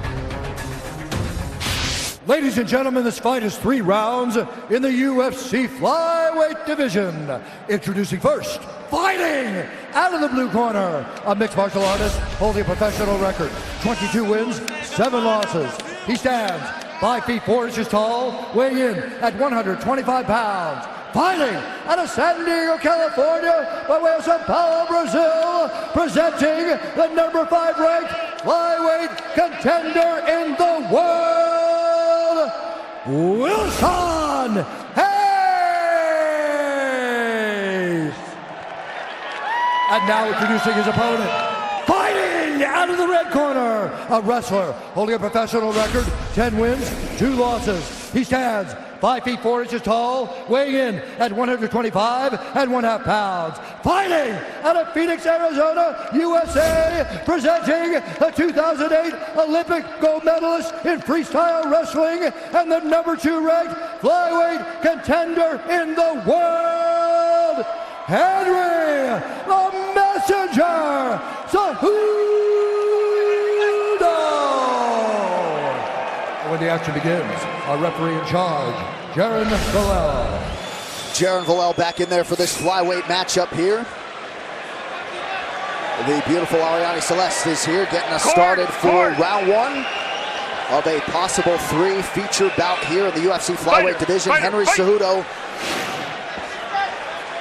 is in the black trunks. Wilson Hayes is in gray. Tonight's Fight Clock is brought to you by Bud Light Living. Look at Henry Cejudo with a karate stance. Very interesting.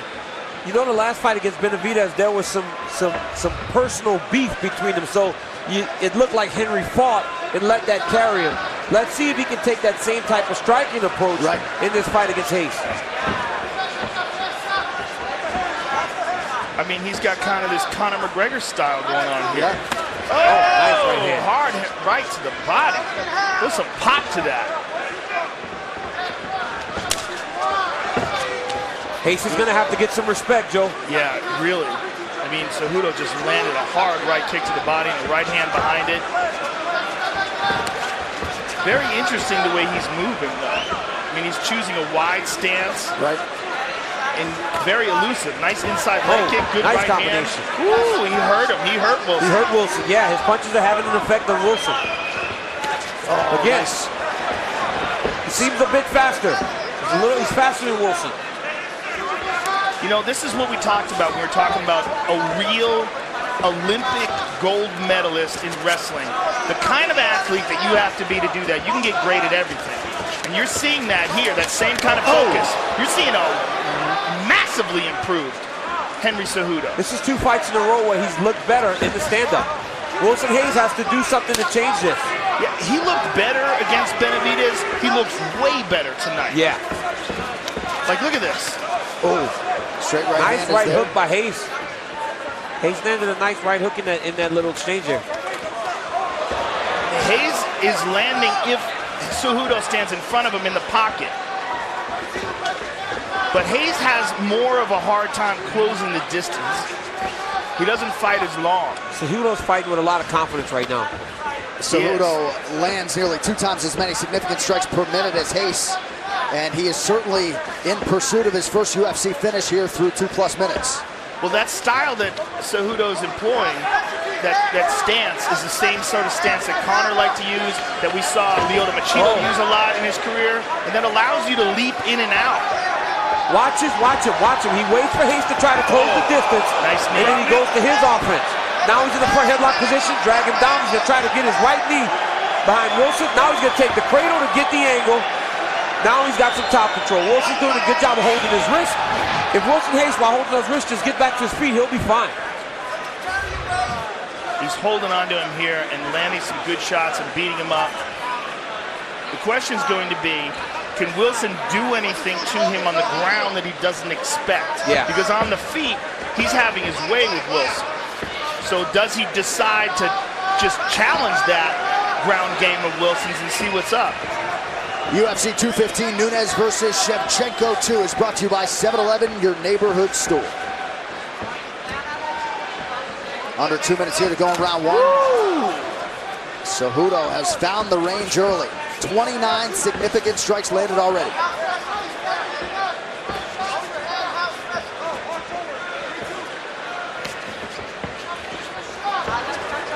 Wilson here attempting a single.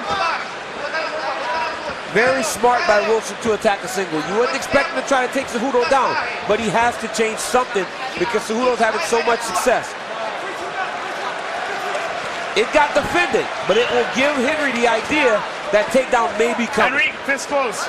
It's interesting because Henry's not that much taller. Oh, beautiful kick and a left right behind it. Man, Cejudo looks fantastic right now. Hayes somewhat desperate, pressing forward with his own strikes. Less than a minute to go in the round. Oh, knocked down for Cejudo. Oh, look at that leg kick. Man, just mixing it up. Beautiful. Knee to the body. He's not allowing Wilson to get a beat on what he's doing. He's mixing up his target. He's throwing kicks. He's throwing punches. Only thing he hasn't done is wrestle, and he's the Olympic champ. Well, it's been a boxing-heavy attack from Cejudo really throughout his UFC career. He hasn't been a volume takedown artist. No surprise, significant Right strikes when we said that. Look at that. Quick finish. That was beautiful. Every time you call somebody on something, they do the opposite, DC. It's like they're listening. They don't take time. It's not you calling it on a second and all of a sudden it's done. Nostradamus. Nostra-Rogan. Break clean. Big round for Henry Cejudo. Man, he looked good. And one of the things that we were saying is they're similar height, but this style that he's employing allows him to attack from so much further, cover so much more distance. And what I'm really impressed with is how he's being so creative. He's mixing things up. He's throwing a punch, and then behind it's a low kick, and then there's high kicks. I mean, he throws everything. I mean, he Henry looks like, Cejudo, yeah, he looks like a seasoned striker in there right now, not the wrestling guy. But I mean, everything's in combination too. And like a karate guy.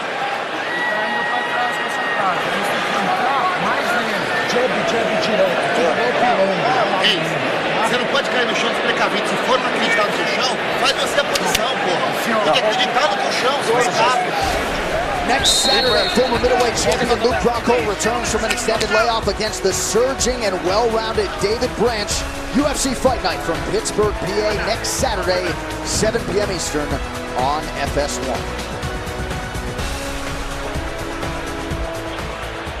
All right, here we go. Second round. Henry Cejudo and Wilson Hayes. Hayes in gray. Cejudo, after a dominant first round, is in black. Now you see Hayes fight with some urgency, trying to take the lead. He needs to take the lead. He cannot just try to wait and absorb everything from Henry Cejudo. He clipped him with the right hook there. Another knockdown for Cejudo! Henry Cejudo with his first UFC finish! Wow! That was lightning fast, that right hand. Like a piss. Holy smoke! And that might have even impressed the UFC flyweight king Demetrius Johnson. Henry Cejudo sending a message to the rest of this division tonight. And a nice show of mutual respect there. DJ says, I'm waiting, bro. Mighty Mouse gave him the golf clap, too. Gave him the slow golf clap. Mighty Mouse, calm down, young man. you don't want me to remind you who the king is. This is exactly the result that Henry Cejudo needed to produce tonight. Let's show you the fight replay brought to you by Bud Light Living. Let's just take a look at this right hand.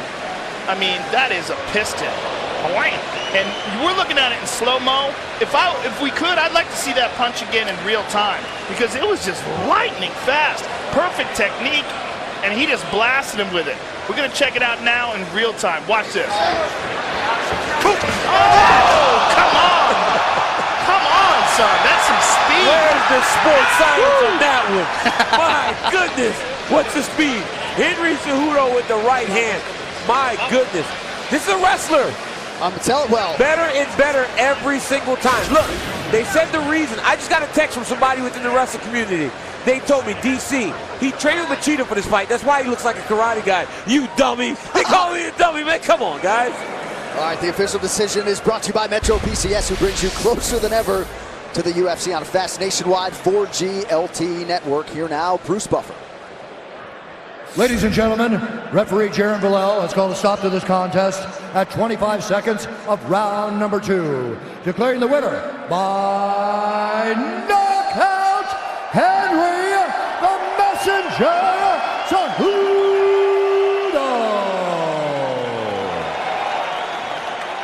My man, I am here with the winner, and what a win that was. The ever-improving Henry Cejudo. You won, and then you immediately ran over to Mighty Mouse. You guys exchanged words. What did you guys say to each other? I just gave him a thumbs up. I said, you know, he's a champ for a reason. It was just fun and games, man, but I do want to fight eventually someday, for sure. Well, Henry, one of the things that's been most impressive about watching you is how quickly you improve some of your techniques. And tonight you showed a whole new style in a lot of ways. You were really wide stance. You were landing almost like a karate style. Yeah, absolutely. I went down to Natal with the Pitbull brothers, Patricio and Patricky, and I took back some of that karate stuff with me. So it's talking about innovation. I'm slowly evolving, but I want to thank my coaches, Santino, Allen, Captain Eric Alberson, and I'm just improving, Joe. I'm just improving, man. Hopefully that's worth 50 G's, man, because I've been robbed a couple times with 50 G's. Hopefully that's worth 50 G's. Well, I'm not the one who dishes it out, but I was thoroughly impressed. I was very impressed at how creative you were being, too. Let's look at that right hand that stopped it. But one of the things that was almost more impressive than that one punch was how you were mixing things up so well. You were going high and low. It was just really, overall, much more comprehensive striking game than we've ever seen from you before. Yeah, no, absolutely, man. I've been only fighting for 4 years now, man. I'm just evolving. I'm just kind of scratching the surface, Joe, and that's all, man. I want to fight for the title eventually again. Well, I am sure you will again, sir. Congratulations on an absolutely spectacular performance. Henry Cejudo, ladies and gentlemen. That post-fight interview was brought to you by Kingsman The Golden Circle from 20th Century Fox. The Kingsmen are back in Kingsman The Golden Circle. Experience it in theaters and in IMAX on September 22nd. So how's that for maximizing the moment, DC, for Henry Cejudo as we show you some of the numbers after his best UFC performance today? Yeah, man, and he hit everything. He hit the head, he hit the body, he attacked the legs. It all led to that finish. Everything led to that finish. It was all set up beautifully by Henry Cejudo. He did everything, he even got a takedown. He did everything, man, and that's why he got his first UFC finish. The numbers are great and everything, but what we really need is a number for greatness. Because what you saw in there tonight was Henry Cejudo hitting a whole new level. Right. You saw Henry Cejudo creative, mixing things up, elusive. I mean, that was as good as he's ever looked by far. And again, as he was saying, and we were alluding to earlier, the guy's only been fighting for 4 years. Right, and getting a lot of different looks. He mentioned the Pitbull brothers in Natal. Patricio Pitbull, of course, fighting Wilson Hayes twice prior outside the UFC. Among the stars in the building tonight, UFC featherweight contender Yair Rodriguez. He has been omnipresent this week here in Edmonton, Alberta, Canada. Well, what an inaugural season it was for Dana White's Tuesday Night Contender Series, and now you can watch the fights from the Week 1 contract winners all over the place. YouTube, UFC.com, as well as all of the UFC's digital platforms as we anxiously await Season 2 of Dana White's Tuesday Night Contender Series.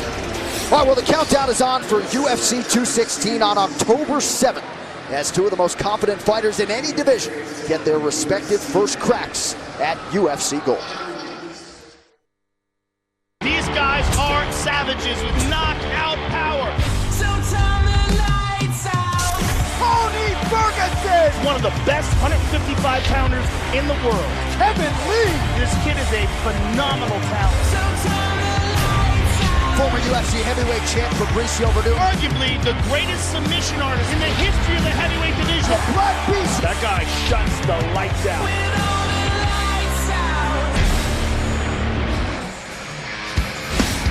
All right, so here is a look at the current top 10 at 155 pounds. A murderer's row if there ever was one. And DC, how good is this fight? Tony Ferguson, Kevin Lee. I get tired just watching El Cucuy train. Yeah, man, this guy's a phenomenal fighter. He outworks just about anybody you've ever seen train. He's got great jiu-jitsu, but it's the diversity of his strikes. He beat Rafael dos Anjos, a guy who fight the night and looked dominant in some of his title wins, and this guy just took it to him. He's a hard-nosed guy that loves to press forward, attack submissions. He's very creative in everything he does, and he's a guy that has the type of style that could give the champion Conor McGregor a lot of problems.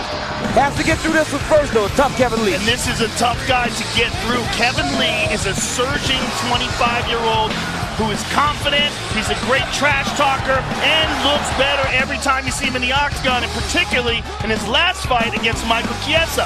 Michael Chiesa, who's known for his ground game, was getting strangled by Kevin Lee.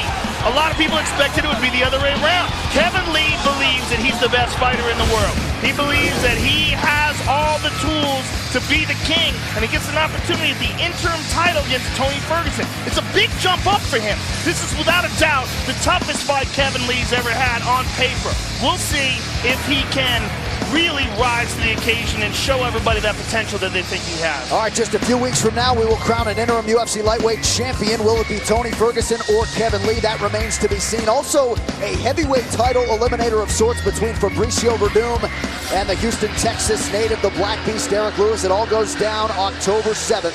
You can only see it on pay-per-view. All right, so as we get ready for this co-main event, you know, it wasn't all that long ago, guys, that Rafael dos Anjos was the UFC lightweight champion. Now he's in the welterweight top 10 and looking to do even more damage tonight as he welcomes back number 6, Neil Magny. Yeah, Rafael dos Anjos was really getting crippled by that weight cut. Making it to 155 was literally almost killing him. Moving up to 170, he looked fantastic against Tarek Seferdine, who's an outstanding striker, and now he's moving his way up the ladder. Now, Neil Magny is no easy fight for anyone. He is long, he's tall, he has fantastic cardio, and we're going to find out where Rafael dos Anjos fits in this welterweight division tonight. Yeah, this is a tough fight for Rafael dos Anjos because he's dealing with someone that's a lot taller than he is, but dos Anjos feels confident. You're right, Joe, cutting the weight was killing him. He'd get up to 200 pounds in between fights.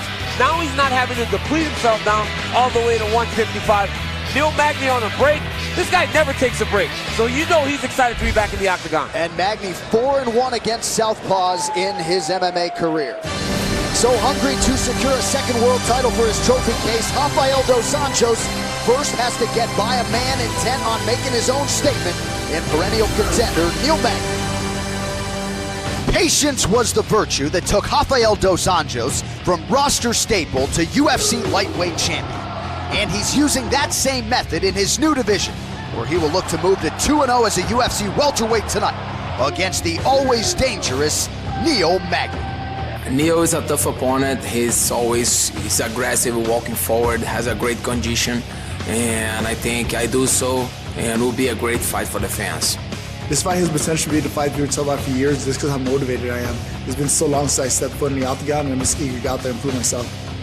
A dominant 155-pound fighter who defeated the likes of Nate Diaz, Anthony Pettis, Donald Cerrone, and Benson Henderson, Rafael dos Anjos was ready for a new challenge. So he moved to welterweight earlier this year and promptly defeated Tarek Seferdine to begin his quest for another title. I will beat Neil Magny because I'm born to be a champion. You know, I had a lightweight champion before, and I'm coming to make history. I'm gonna get this welterweight champion. Underrated and underappreciated for years, Neil Magny has slowly but surely won over the fans and media with his skill, will, and affable demeanor. But after winning 11 of his last 13 bouts, including a recent win over former world champion Johnny Hendricks, Magny knows that he has earned his place at the top, and a win over dos Anjos could just get him there.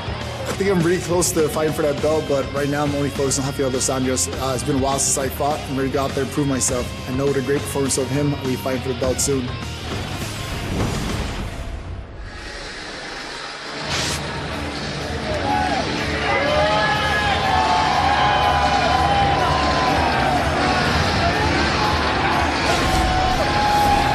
On the heels of what he called a near-perfect training camp, here is Rafael dos Anjos making the walk for his second welterweight appearance. And interesting that he was the backup plan if Damian Maia couldn't turn around quickly to fight Tyron Woodley for the welterweight title at UFC 214 in July. Dos Anjos was going to get that opportunity. I think it tells you what the promotion thinks of the former lightweight champion. But he's a beast, and he overwhelms people with volume and power and conditioning, pressure and pace. And he has outstanding technique with his striking and his jiu-jitsu and his grappling, but the intensity that Rafael dos Anjos brings into the octagon is one of the biggest weapons that he uses. We saw that in the Anthony Pettis fight. In the Anthony Pettis fight, he just overwhelmed him with pressure and attack. The same thing in the Donald Cerrone fight. Just overwhelms guys. He just has a massive belief in his conditioning, a massive belief in his power. And if there's anything that's different about these two guys tonight, other than the height and reach advantage that Neil Magny will enjoy, it's the power that dos Anjos possesses. He's much more of a knockout striker. You talked about the Pettis fight, Joe, and still to this day I believe that is one of the greatest championship performances we have ever seen by a challenger. This was not competitive in any sense of the word. Rafael dos Anjos now not depleting himself down to 155, feels as though he can see the best that he has to offer. If that fight with Pettis or that fight with Cerrone was not the best that this dude can give us, I am excited to see what happens tonight. Yeah, we got to realize that fight with Cerrone, like right after that, he fought Eddie Alvarez and almost died trying to make weight. Yeah. So you got to think, like, how depleted was he at his best performances? Right.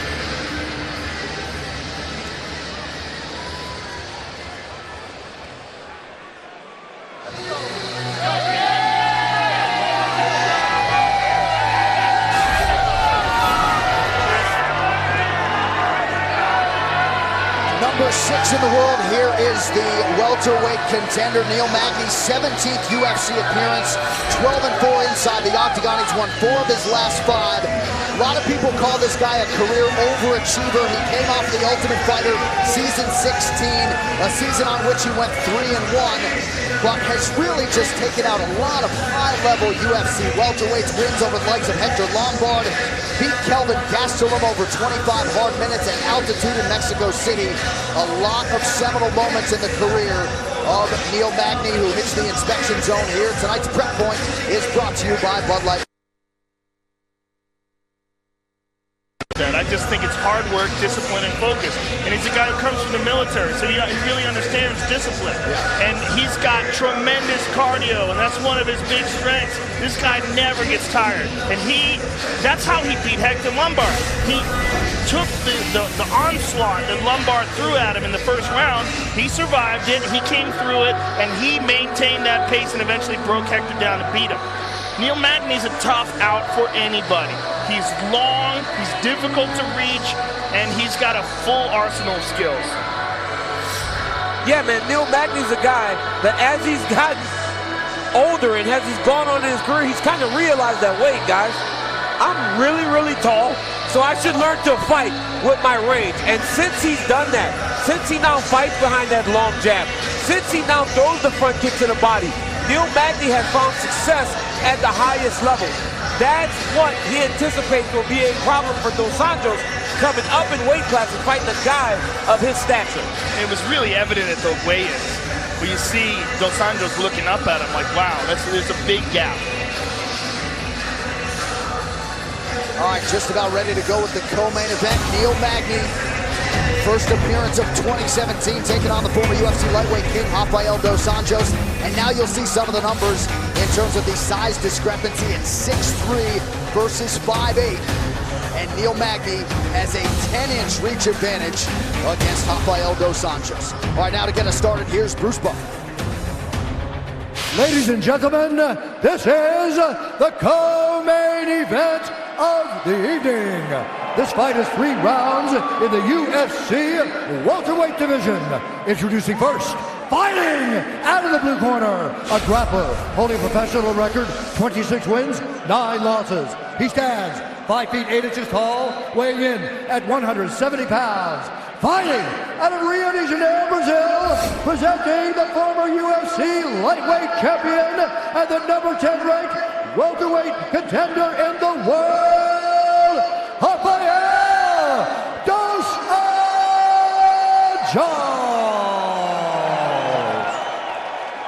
And now introducing his opponent, fighting out of the red corner, a mixed martial artist holding a professional record, 19 wins, 6 losses. He stands 6 feet 3 inches tall, weighing in at 169 and 1/2 pounds. Fighting out of Denver, Colorado, USA, presenting the number 6 ranked welterweight contender in the world, Neil Magny. When the action begins, our referee in charge, Yves Levine. Yves Levine, our referee for this one. There's Brittany Palmer. Thank you, Brittany. Ready to go here. Rafael Dos Anjos. Step back a little bit. Thank you. About a 2-1 favorite tonight against the returning Neil Magny. Are you ready? Ready? Fight! Tonight's fight clock is brought to you by Bud Light Living. Rafael Dos Anjos in yellow. Neil Magny is in blue. Dos Anjos looks so much thicker at 170 pounds, particularly in his legs. Yeah. And there's that long reach of Neil Magny coming into play right away. 80 inches. When Dos Anjos is at his best, he's blasting a lot of kicks to the leg. There you go. Right away. It happened again, Joe. It just happened again. Perfect timing. It just happened again. Side control for Dos Anjos, and he has some ridiculous power kicks. Neil Magny trying to capture that left leg. And Dos Anjos protecting it, but he can't. And now it's tucked away. It's going to make it a little easier because of those ankle sleeves for Neil Magny to get some traction on that leg.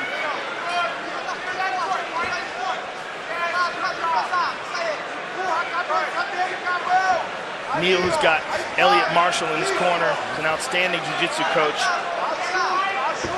And his striking coach, Christian Allen, a guy who he really gives a lot of credit to in terms of working on using his length and establishing his jab in mixed martial arts. Doesn't get much better than Elliot Marshall, though, Joe, when it comes to the grappling. Yeah, he's outstanding out of Denver, Colorado. Now, Neil Magny is in a position here to go for a deep half. Let's see if he can pull it off. He needs to use the deep half guard to try and move RDA from side to side just to create space to try to get back to his feet. He's worried about his neck here. The way Dos Anjos has it underneath his chin, I don't think he feels confident in really digging in with that underhook and trying to go for it. And now it's free. Now let's see if he goes under. What he should do if he wants to try to that deep half is try to underhook that right leg. Yeah. But Dos Anjos is a heavy guy, heavy on top, and I wouldn't be surprised if he's 195 pounds right now. Right. Really, really heavy bottom half. You see it in his legs, and he looks strong, and you can tell that his base is very strong.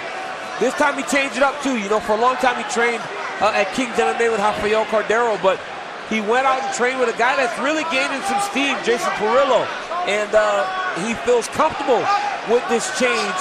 And sometimes you get a little complacent. You need to make a change for your career, and RDA is looking phenomenal right now.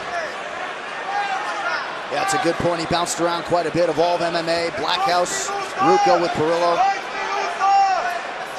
Head and arm control here by Dos Anjos. Let's see if he looks to pass. He's controlling position here. Pushing down on the leg, so he is looking to pass. Oh, look at that, went over the top. Very nice. Looked like he was trying to take mount, but instead, when Neil defended mount, he jumped to side control, which is good. Yeah, it looked like he was trying to slice it through, and instead he popped it over the top. Nice knee to the body there. Now it's his mount. Hopped in the mount. That was a pretty sick setup. Yeah, very nice. He's attacking that arm. That right arm is in jeopardy right now. Yes. And he's hammering him with some shots. He doesn't have it anymore, but now he's in full mount. Dominant position here for Dos Anjos. Magny doing a pretty decent job, though, minimizing the damage, at least when it comes to the striking. But he's in big trouble here, and he's getting hit with elbows, and he's got two options. Either he can just take these shots and try to defend or hold on, or he can try to make something happen, in which case he may give up his back. Yep. Right here. Oh, he put himself. Arm triangle. That is tight. This is the squeeze. That is tight. He's going out. That is tight. That's as tight as it gets. And he's fresh. He's fresh. RDA needs to lay his chest flat. Lay his chest flat on the mat to try to get the... There it is. As that pressure starts to go down, that's giant. It gets tighter. Big win for Rafael Dos Anjos. RDA by submission tonight. He ran through him. It wasn't just that he beat Neil Magny, who's a top 10 contender. It's that he leg kicked him to the ground and then smushed him. Just completely ran through him on the ground. Dominated Neil Magny, and you do not see that. I mean, you don't see it. I was going to say very often, but you don't see it. This is a real scary contender now. The same way he was at 155, people forgot about him for a little bit. In the mix, he loses to Alvarez. Alvarez gets knocked out by Conor. People forgot about Dos Anjos. They forgot about how hard it was for him to cut that weight, how he literally did almost die making the weight cut. Now you see him at 170, and after he did this, beats Tarek Safadine, who's a world-class fighter, and then just runs through Neil Magny. We got a new top contender at 170 pounds, ladies and gentlemen. If they forgot about him, they better remember his name right now, because that dude is back. This fight replay is brought to you by Bud Light Living. Now here you see he's in full mount, and we called it. I mean, we knew that he was going to have to move. And as soon as he moved, he gave up that arm. Rafael Dos Anjos locks onto it like a gator, clamps down, and just, this is all squeeze and technique here. And Neil Magny's in deep, deep trouble going out. And he's forced to tap. Yeah, no choice. I mean, that wasn't going anywhere. That was a dominant performance by Dos Anjos. So Rafael Dos Anjos made his debut in the UFC all the way back in 2008. Tonight, he secures his 16th UFC win as he moves to 2-0 at 170 pounds. The official decision brought to you by Metro PCS, who brings you closer than ever to the UFC on a fast nationwide 4G LTE network. Here's Bruce Buffer. Ladies and gentlemen, referee Yves Leving has called a stop to this contest at 3 minutes, 43 seconds of the very first round, declaring the winner by submission due to an arm triangle, Rafael dos Anjos.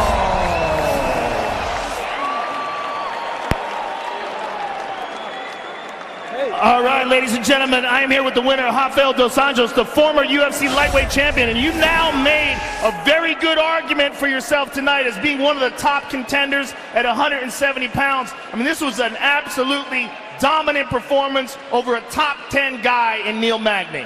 First of all, thank you, Canada. You guys awesome. Thank you so much. And I want to give all the honor and glory to my Lord and Savior, Jesus Christ, to make me strong and come here and make that statement. I'm coming for that belt, John. You know, I've been training hard. I'm a former lightweight champion. I'm coming for that welterweight belt. You had reached a point where your body could no longer sustain getting down to 155 pounds. Going up to 170 has just done magic for you here. The Tarek Saffiedine fight and now the Neil Magny fight. Tell us how much different you feel. I was 100% at Tarek's fight. But I made some adjustments, and now I found the right point. I was struggling so much to make weight, and I want to see my kids grow. I want to see I want to see my grandkids.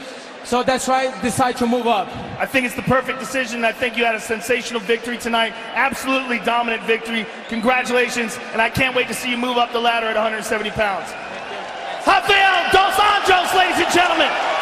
First submission win for RDA since May 25th of 2012 against Kamal Shalarus. That post-fight interview brought to you by Kingsman, the Golden Circle. From 20th Century Fox, the Kingsmen are back in Kingsman, the Golden Circle. Experience it in theaters and in IMAX on September 22nd.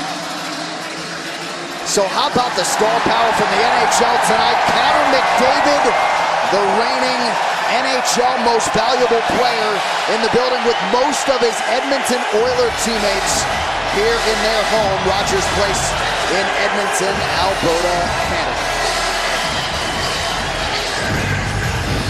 All right, coming up next, after a 9-week delay, it shall be done. Amanda Nunes took the first meeting between these two fighters by decision. That was a 3-rounder early 2016. Tonight, though, the stakes are UFC Championship as Valentina Bullet Shevchenko tries to make good on her first UFC title shot in our main event. That's coming up straight ahead. First, though, this message from the baddest man on the planet, UFC heavyweight champion, Stipe Miocic. Before you watch tonight's main event between Amanda Nunes and Valentina Shevchenko, check out the special look at Kingsman, the Golden Circle. They're back and ready to save the world in theaters and IMAX on September 22nd. If someone wanted to take out Kingsman, let's go. And they've got to be planning something major. A bit of a save the world situation. Welcome to Statesman. As your American cousins, all our resources are now yours. Oh, yes.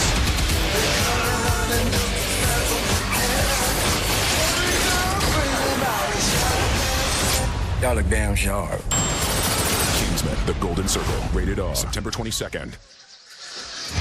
And now live from Rogers Place in Edmonton, Alberta, Canada, it is time for the main event for UFC 215, Nunes versus Shevchenko 2, brought to you by Bud Light Living. So 18 months ago in a non-title fight, Valentina Shevchenko came perilously close to defeating Amanda Nunes. Tonight she gets a second chance and 2 more rounds if need be in a rematch with the Lioness. Every time it's like, if supposed, it's like excuses. What are we gonna say? Only excuses. I beat you already. It was a very lucky fight. You have 2 months more to speak and it will be done. What are you talking about? I will beat you again. Bantamweight queen Amanda Nunes is out of her main event title defense against Valentina Shevchenko. The champ fell ill and was forced to withdraw from the headliner. I could not believe that it's really happened, not at this level. Just an unfortunate turn of events. I believe that was the most advanced women's MMA matchup ever. and always 100%. Feel off balance, it's not a good idea to fight. I'm the champion, I have to defend this belt. My goal is a total domination. There is no way for her to escape from me this time. I will be ready. Flawless, devastating victory by Nunes. Amanda Nunes shocked the world when she battered Ronda Rousey in her return and stopped her in 48 seconds of the first round. Amanda Nunes epitomizes a world-class mixed martial arts champion. But Valentina Shevchenko will be the most difficult challenge she has ever faced inside the octagon. Over the top, Valentina Shevchenko by submission. I think Valentina is the most tough girl in this division. I have to be ready. It's gonna be a battle. This is the second time we face off. I know it will be great fight, great explosion. I will put all my best, all my heart, all my power to take the victory and take the belt. I'm very excited to take this belt.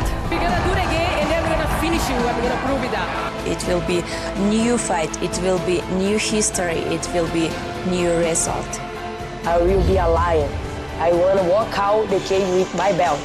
I'm the champion here, Amanda Nunes, the lion!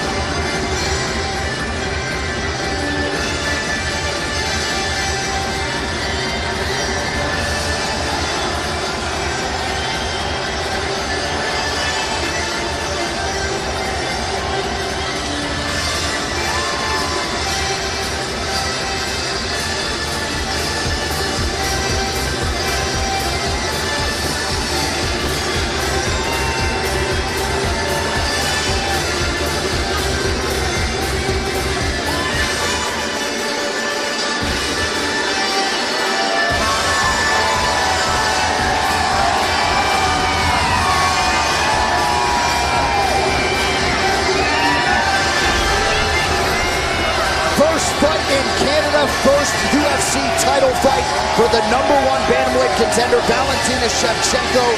This is a lifelong martial artist that is now 25 minutes or fewer away from accomplishing her ultimate goal.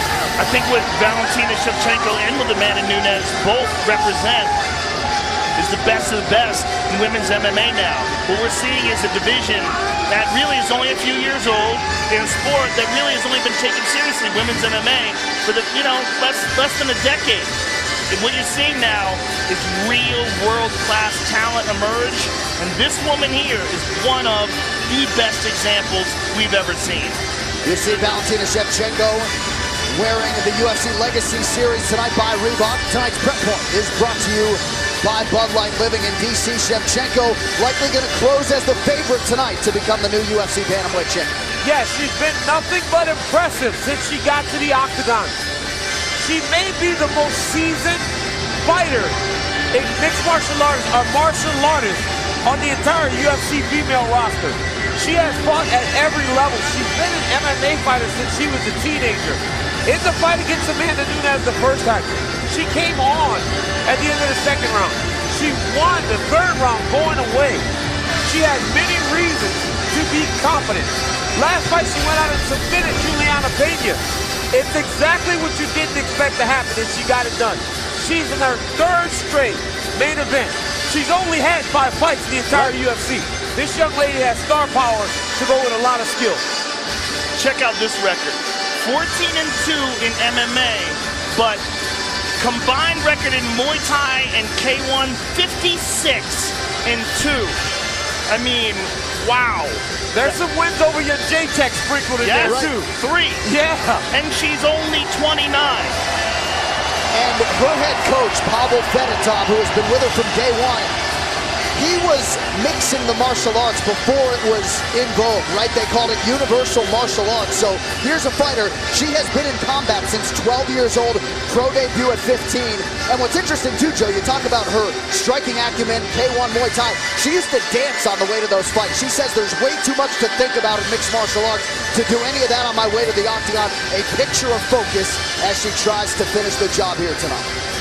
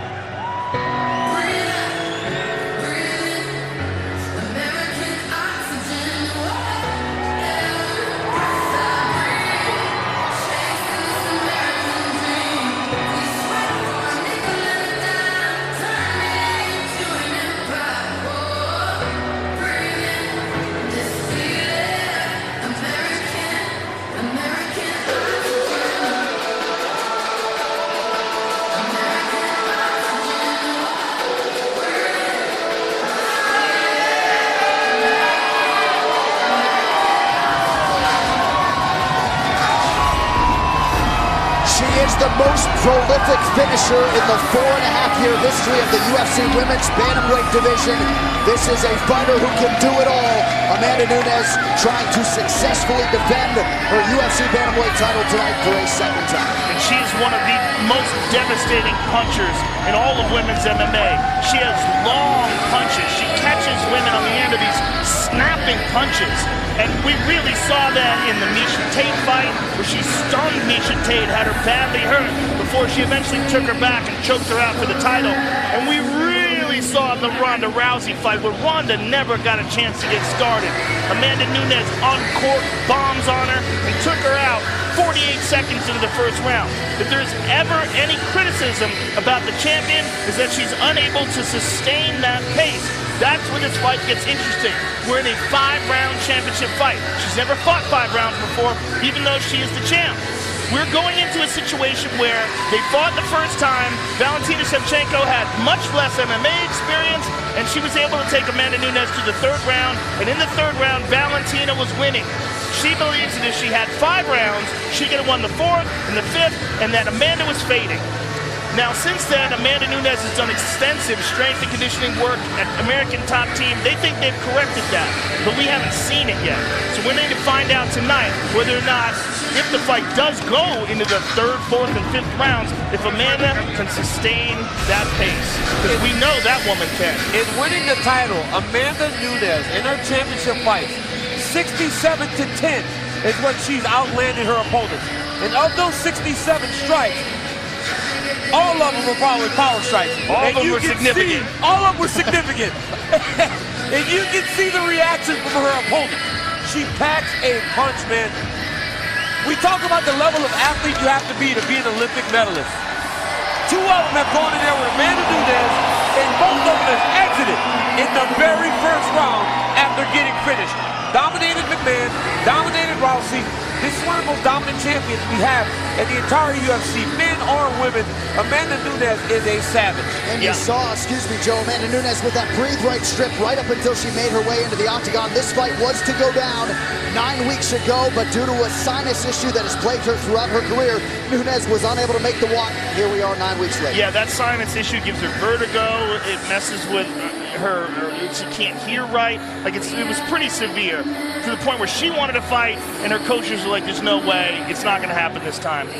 What Amanda Nunes can do that other women can't do is she can crack you and put you away with 1 shot. She doesn't need a barrage of shots. And you see it, DC, as you were talking about, when she lands on girls, they've never been hit like that before. The only one who's been able to sustain it is Kat Zingano. Kat Zingano endured it in the first round, came back, and again, Amanda slowed down the second, and then Kat wound up stopping her. It's the only person that's ever outlanded Amanda Nunes is Kat Zingano, and that's because Kat Zingano refused to quit, and she got to the end of the fight and ended up getting the finish. But Amanda Nunes has worked on the cardio. We will see that tonight because Valentina's not going anywhere. Kat Zingano is one ferocious woman. Yes, she is. Both of these fighters much improved since that first meeting 18 months ago. Let's see who leads Edmonton as the UFC's undisputed women's bantamweight champion. Here's your tail of the tape. Both fighters 29 years old. Nunes the taller body by 3 inches. Shevchenko coming in a pound and a half below the 135-pound championship limit. A reach advantage slight for Amanda Nunes. All right, now for the official introductions for the main event. Here's Bruce Buffer. Ladies and gentlemen, this is the main event of the evening.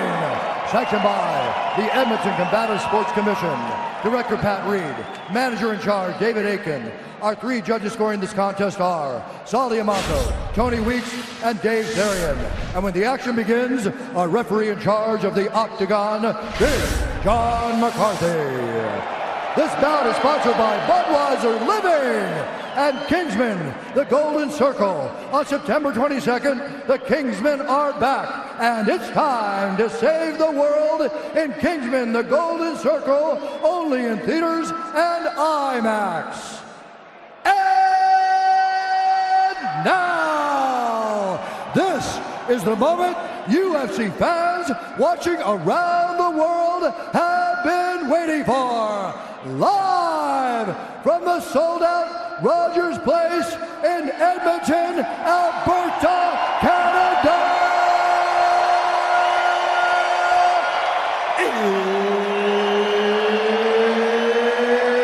It's time! 5 rounds for the undisputed UFC Bantamweight Championship of the world. Introducing first, fighting out of the blue corner, a Muay Thai kickboxer holding a professional record, 14 wins, 2 losses. She stands 5 feet 5 inches tall, weighed in at 133.5 pounds. Fighting out of Lima, Peru, by way of Bishkek, Kyrgyzstan, presenting the #1 ranked bantamweight contender in the world, the challenger, Valentina Shevchenko! And now introducing the champion, fighting out of the red corner, a striker holding a professional record, 14 wins, 4 losses. She stands 5 feet 8 inches tall, weighed in at 135 pounds. Fighting out of Miami, Florida, USA, by way of Bahia, Brazil, presenting the reigning, defending, undisputed UFC Bantamweight Champion of the world, Amanda, the Lioness Nunes.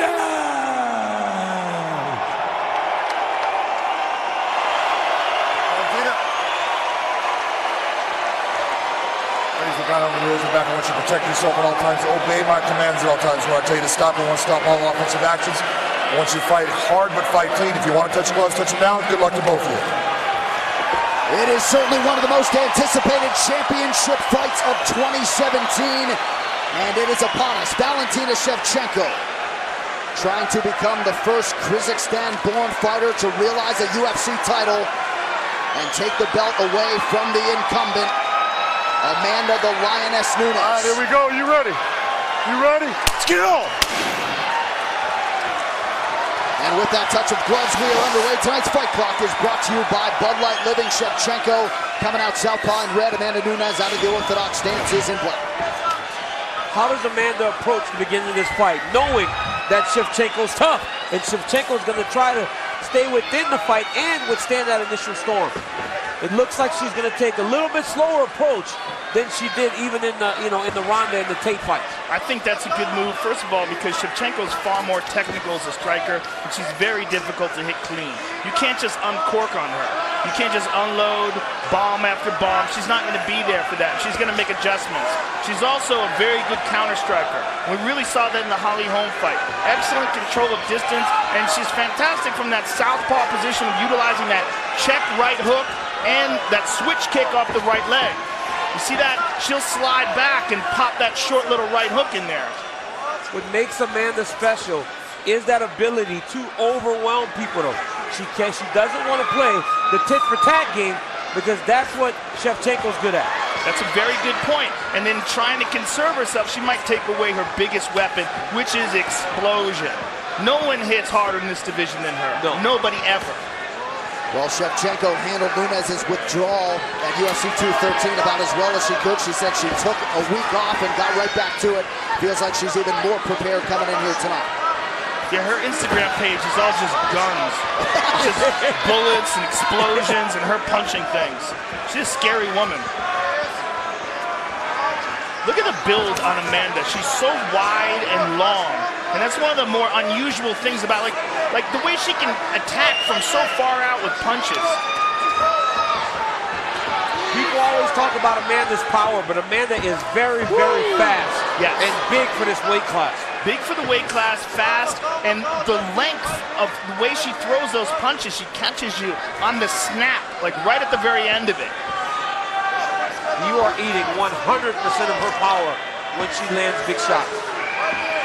And a lot of people see Shevchenko as a potential flyweight going down, moving forward. Nunes has talked a lot about going up to 45, so. Shevchenko, it does have a smaller frame than Amanda Nunes. Well, as you said, she fought Yoni Jacek, the strawweight champion, in Muay Thai fights. Right. That's a girl.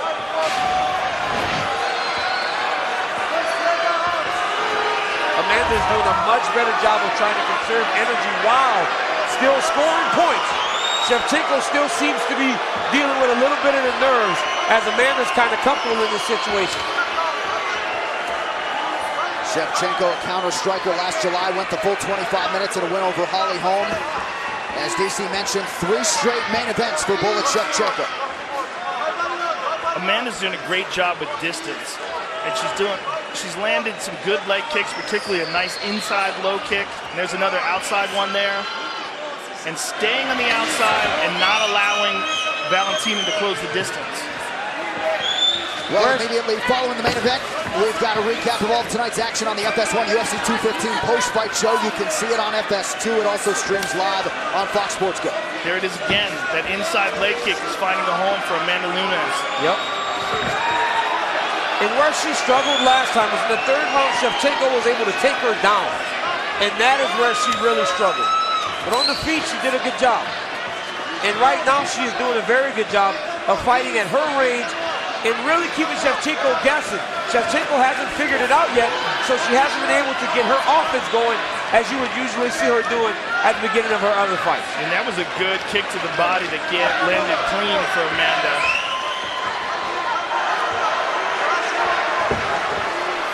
Valentina likes to get her head off the center line through that high kick and throw that check right hook. She's waiting to counter. You can see it. Yeah. Every time Amanda starts to come forward, look at that. There it is. You see her waiting to counter. Ooh, kick to the body. She catches it and she eats a shot. She ate a hard shot while she was holding onto that leg. And remember, Amanda's shots, they're not like anybody else's in this division. The guys in the gym say Amanda spars with them, and they don't hold back. They're going hard with Amanda Nunes, and she's holding her own, if not beating a lot of the guys. And guys that fight in the UFC. Final seconds here of this first round. Shevchenko doubling up on the jab to no avail. Nice body kick. Very nice. Oh, and she tagged her. Very nice opening round for the champion. Yes.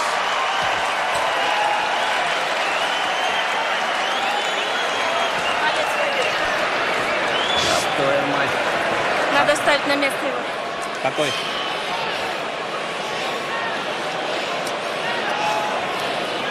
Есть?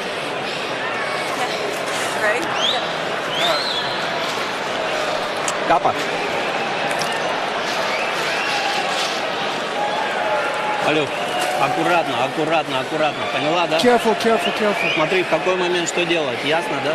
In this moment, Внимательно you это know what to смотри. do. За правой рукой ее смотри. Апперкоты опасайся. Понятно, Yes. да? Watch the right hand. Утомляй, утомляй, но работай. Работай, надо выигрывать. Понятно, да? Переигрывать, переигрывать. Это очень важно. It's very important.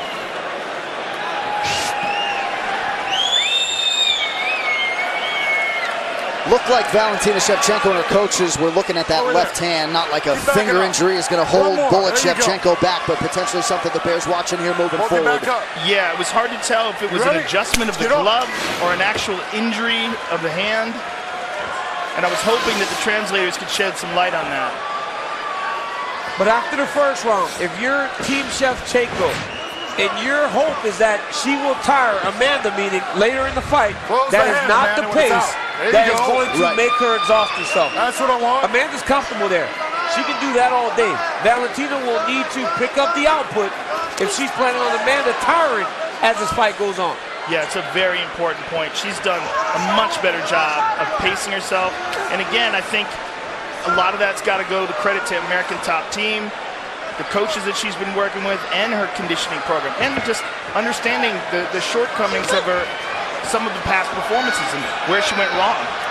And of course, this fight's scheduled for 25 minutes, so it's a different pacing exercise than that 15-minute fight back in March of 2016. 1 minute gone by here in round 2 of a possible 5. Amanda is just constantly touching her, kicking her legs, touching, part of the jab, even though she's not landing, she's just keeping something constantly in Valentina's face. Watch fingers.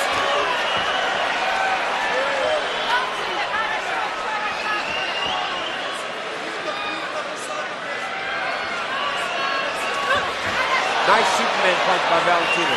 Superwoman punch. There you go.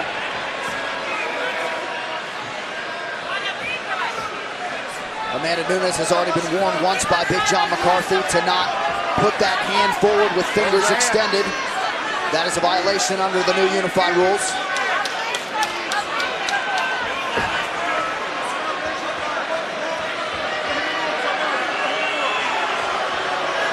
No love lost between these two women, but a lot of mutual respect. Nice combination by Shevchenko. Yeah, again, that Superwoman punch and the right hook behind it. I don't think I'm going to say that anymore. Doesn't sound right. It does. It's hard.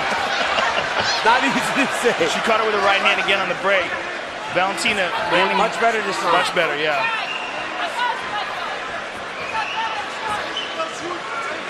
Amanda has to get back to the output. Just a constant movement, constant punches, constant kicks. Right now she's feinting and posturing more than she's actually throwing. It's like the roles have been reversed this round. Yeah. Shevchenko attempted just one takedown in the first fight when Nunes landed it. She has yet to attempt one, at least officially tonight. Total strikes pretty even thus far. Another thing could be that Valentina knew that Amanda was going to come out strong, and so she decided to have a very limited output in the first round. And let's see if she picks up the pace headed into the second and third now. She's obviously doing better now than the first round, but will she accelerate?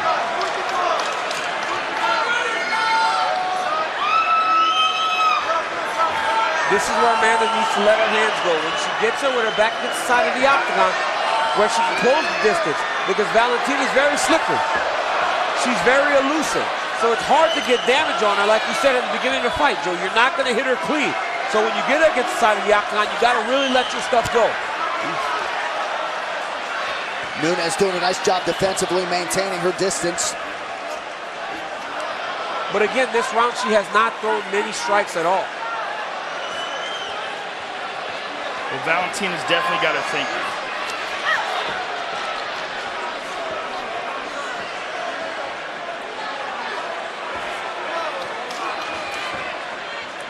One minute now to go in this second round. Shevchenko just out of range with that counter left hand. Stiff jab is good for Nunes.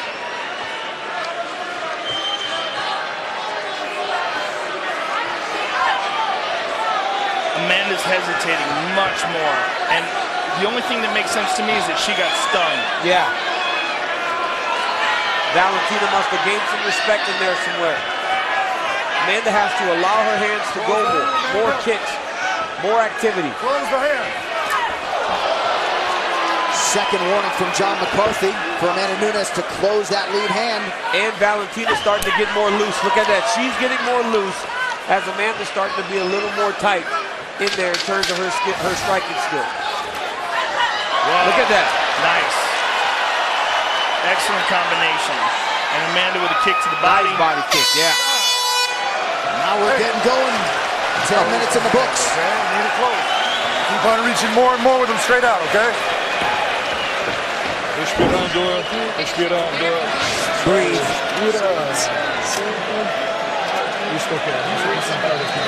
You're doing great. Listen up, she's watching. She's watching your movement. You're quicker if you move your feet faster. Don't stand in front of her.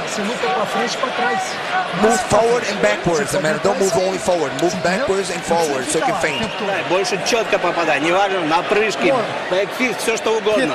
Следи за правой рукой, понятно? Держи дистанцию и переигрывай. И будь внимательна, что в какой-то момент она может пойти. В какой-то момент она может просто на тебя побежать, понятно, да? Aggressively against you, so just be careful. Следи, чтобы в ноги не пошла. Be very careful so she doesn't grab your legs. Saturday, October 7th, the Octagon returns to Vegas. In the main event, El Cucuy, Tony Ferguson finally getting a shot at UFC gold as he faces the also dangerous Motown phenom Kevin Lee for the UFC interim lightweight title. UFC 216, October 7th, 10 Eastern, 7 Pacific. It is only on pay-per-view. DC, you heard the corners. Any major takeaway on either side? Nunes corner calling for her to back up in addition to moving forward with her strikes. Yeah, they're telling her that the pressure can't just be forward. She needs to mix it up. She needs to make Shevchenko chase her a little bit. She doesn't always have to be the predator. She has to set her own traps.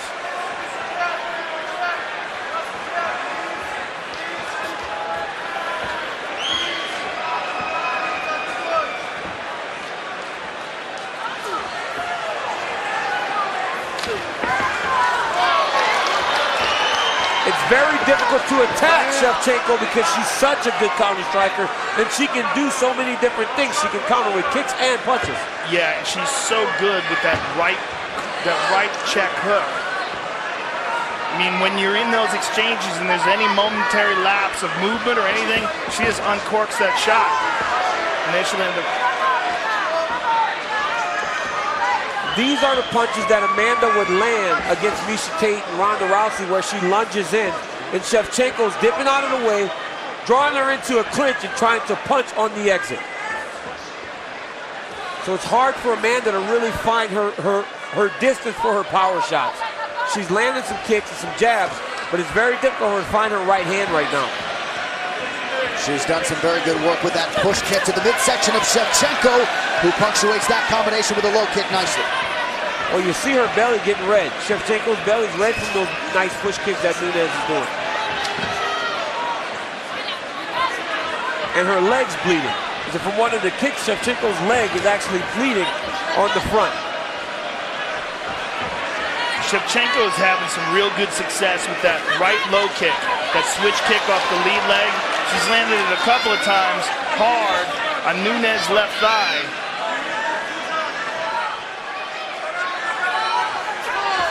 Nice jab by Amanda Nunes. Yeah, she really's got a lot of extension on her jabs.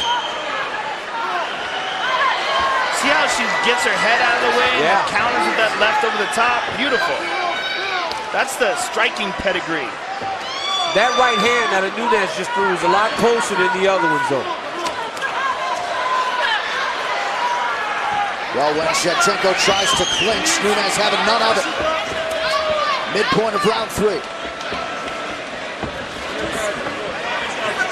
Oh, she landed that one. Yes, she's getting closer. Leg kicks landed, slight advantage to the champion Amanda Nunes. And she's not fading. Her cardio is holding up very well right now. But again, she's done no grappling. She's had to do no grappling, no clinching. So it's been a straight kickboxing fight.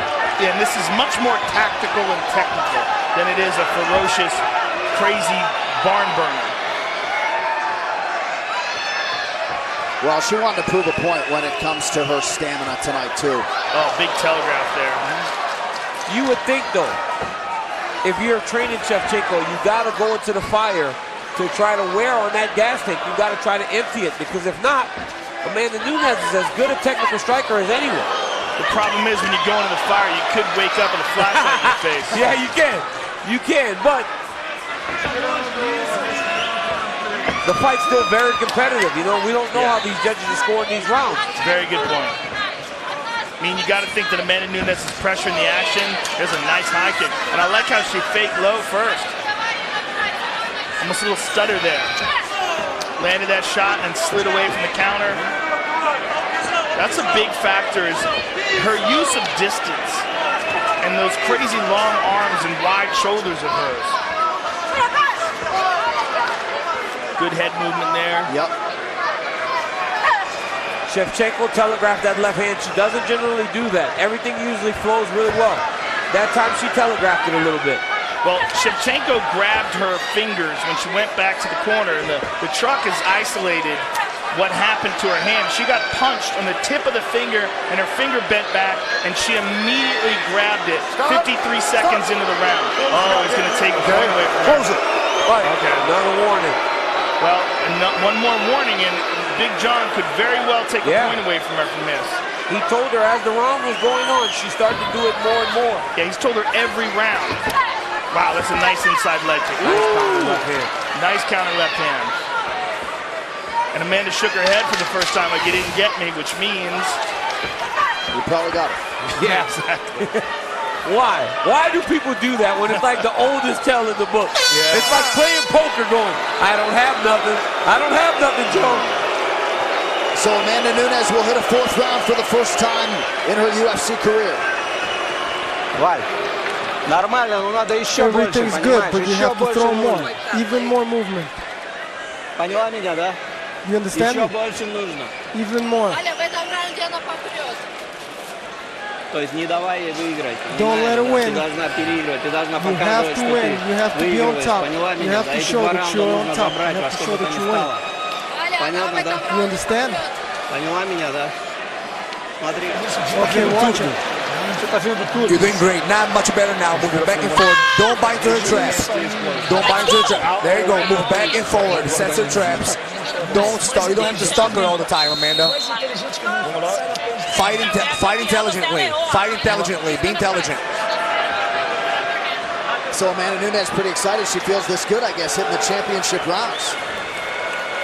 Yeah, and she should. I mean, her cardio looks phenomenal. You know, after that third round, another close competitive round, that may be the first time she's won a third round in her entire career. Get up, come on. She feels like she's built it.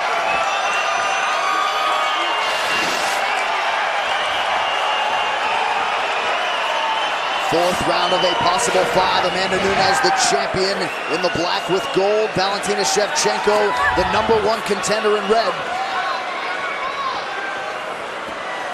Both corners seem pretty happy with what they're seeing. Valentina's corner just said, we need you to do more. More activity. Amanda looks very angry coming in here. She looks way more aggressive.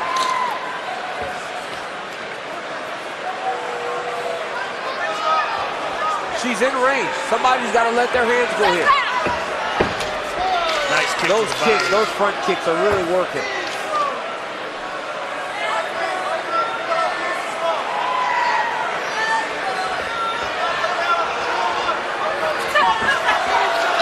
Beautiful counter right. Yeah, that counter's got some pop to it. She's carrying that power real late into the fight. And she looks real confident here, the way she's smiling, but see that little hesitation there? Valentina capitalizes on it. Nunes has done a pretty decent job beating up that lead leg of Shevchenko. Oh! Shevchenko cracked her.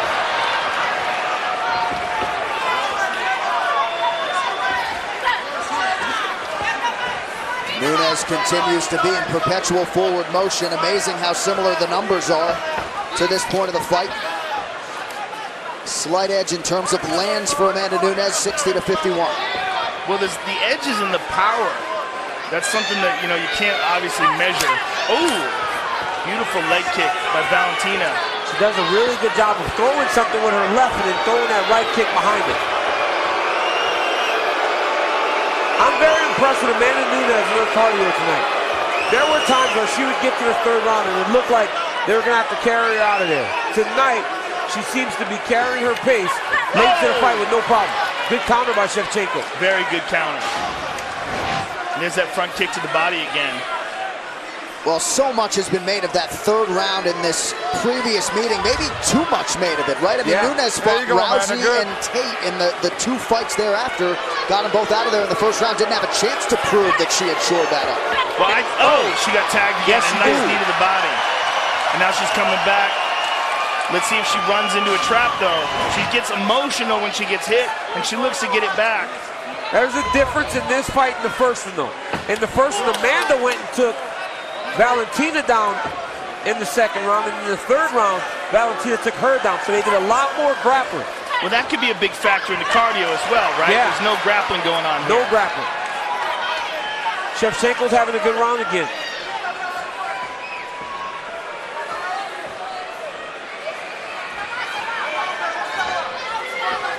Under 2 minutes here in this 4th round of this UFC Women's Bantamweight Championship fight.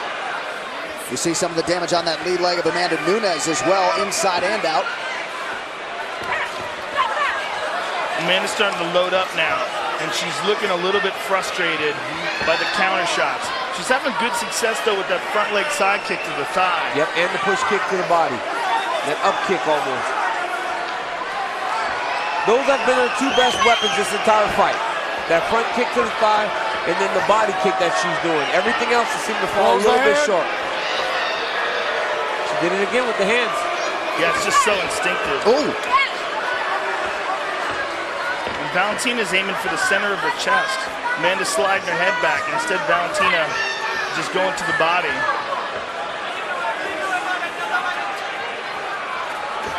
Under a minute now to go in this 4th round. The real problem is no one is decisively winning these rounds. Any round. It's like the Durand-Demi home fight where we were sitting there watching going, I don't know which round goes to which person. Yeah. They're all just so close. Without the cheap shots. Without the punches after the whistle. And with a little more action, I would say, as well. 30 seconds now to go in the round. Well, you got to remember that Holly Holm, she blasted Germaine with a high kick. She hit her with that question mark kick and dropped her, and also dropped her with a straight left hand. So no one's been dropped in this fight. No one's been really cracked and stunned, but they've landed good, significant shots. Yeah. But Valentina's swinging for the fences right here. She's having a good round. Valentina's having a really good 4th round. Yeah, and she does a phenomenal job of countering. Amanda's loading up a little bit. You saw it with that right hand. And Valentina just dipped under it through the counter. Yeah, I think that was Valentina's round. You see Amanda miss that. Yes. Boom, look at that. Catches it with that left, and then a right. And then that kick at the end of it, and then slides away from the counter. And here's a nice knee to the body. Well, sort of the body. It's a part of the body. Não quero que você se ponha insegura, quero que você faça. I don't want you to think about it. I want you to act on it and do it. Don't just listen to me. Do it, act on it. Move backwards and forward, set your traps. Don't only move forward. She's sucking you in. This is your fight to win, Amanda. You're a champion. Eu não quero embolo, eu quero você saindo. Смотри. За рукой за задней смотри. Watch for the right hand. You understand? Не отдай ноги, не отдай, чтобы она Don't give her the legs. бросок. Понятно, да? Don't tell her. So DC, UFC 192, you're sitting on the stool after 4 rounds with Alexander Gustafsson. You think you have the lead, but you're not sure. How do these women approach this final round? John McCarthy telling him to get after it. I mean, how do you approach this final fight? You got to just go. You have to just let it all hang out. Amanda Nunes just said something to Valentina when Big John brought them together. She pointed to her and said something, and I wish I could have heard it. But Big John was saying 5th round, go after it. And Amanda said something to Valentina. I think she said she was going to try to do that. Oh, here we go. Now we're going. This is angry Amanda. Yes, and now for a conditioned Amanda Nunes, she can really start to let it go. This is the final frame. Yeah, she can really let everything go now. She can fight with all the power and aggressiveness that she carries. I'd like her to throw more of those right kicks to the body, though. Or maybe take one around. You know, all these kicks have been right up the middle. Maybe blast one. Right. A roundhouse body kick. Change it up a little bit on Valentina. She's too good a striker to throw the same exact strike at her over and over again. Both of them are. I mean, this is the highest level of mixed martial arts, and that's why the fight is competitive and sometimes looks like this, because you are watching a very high level of fighting. Yeah, you're watching two of the very best women in the world cancel each other out in some way.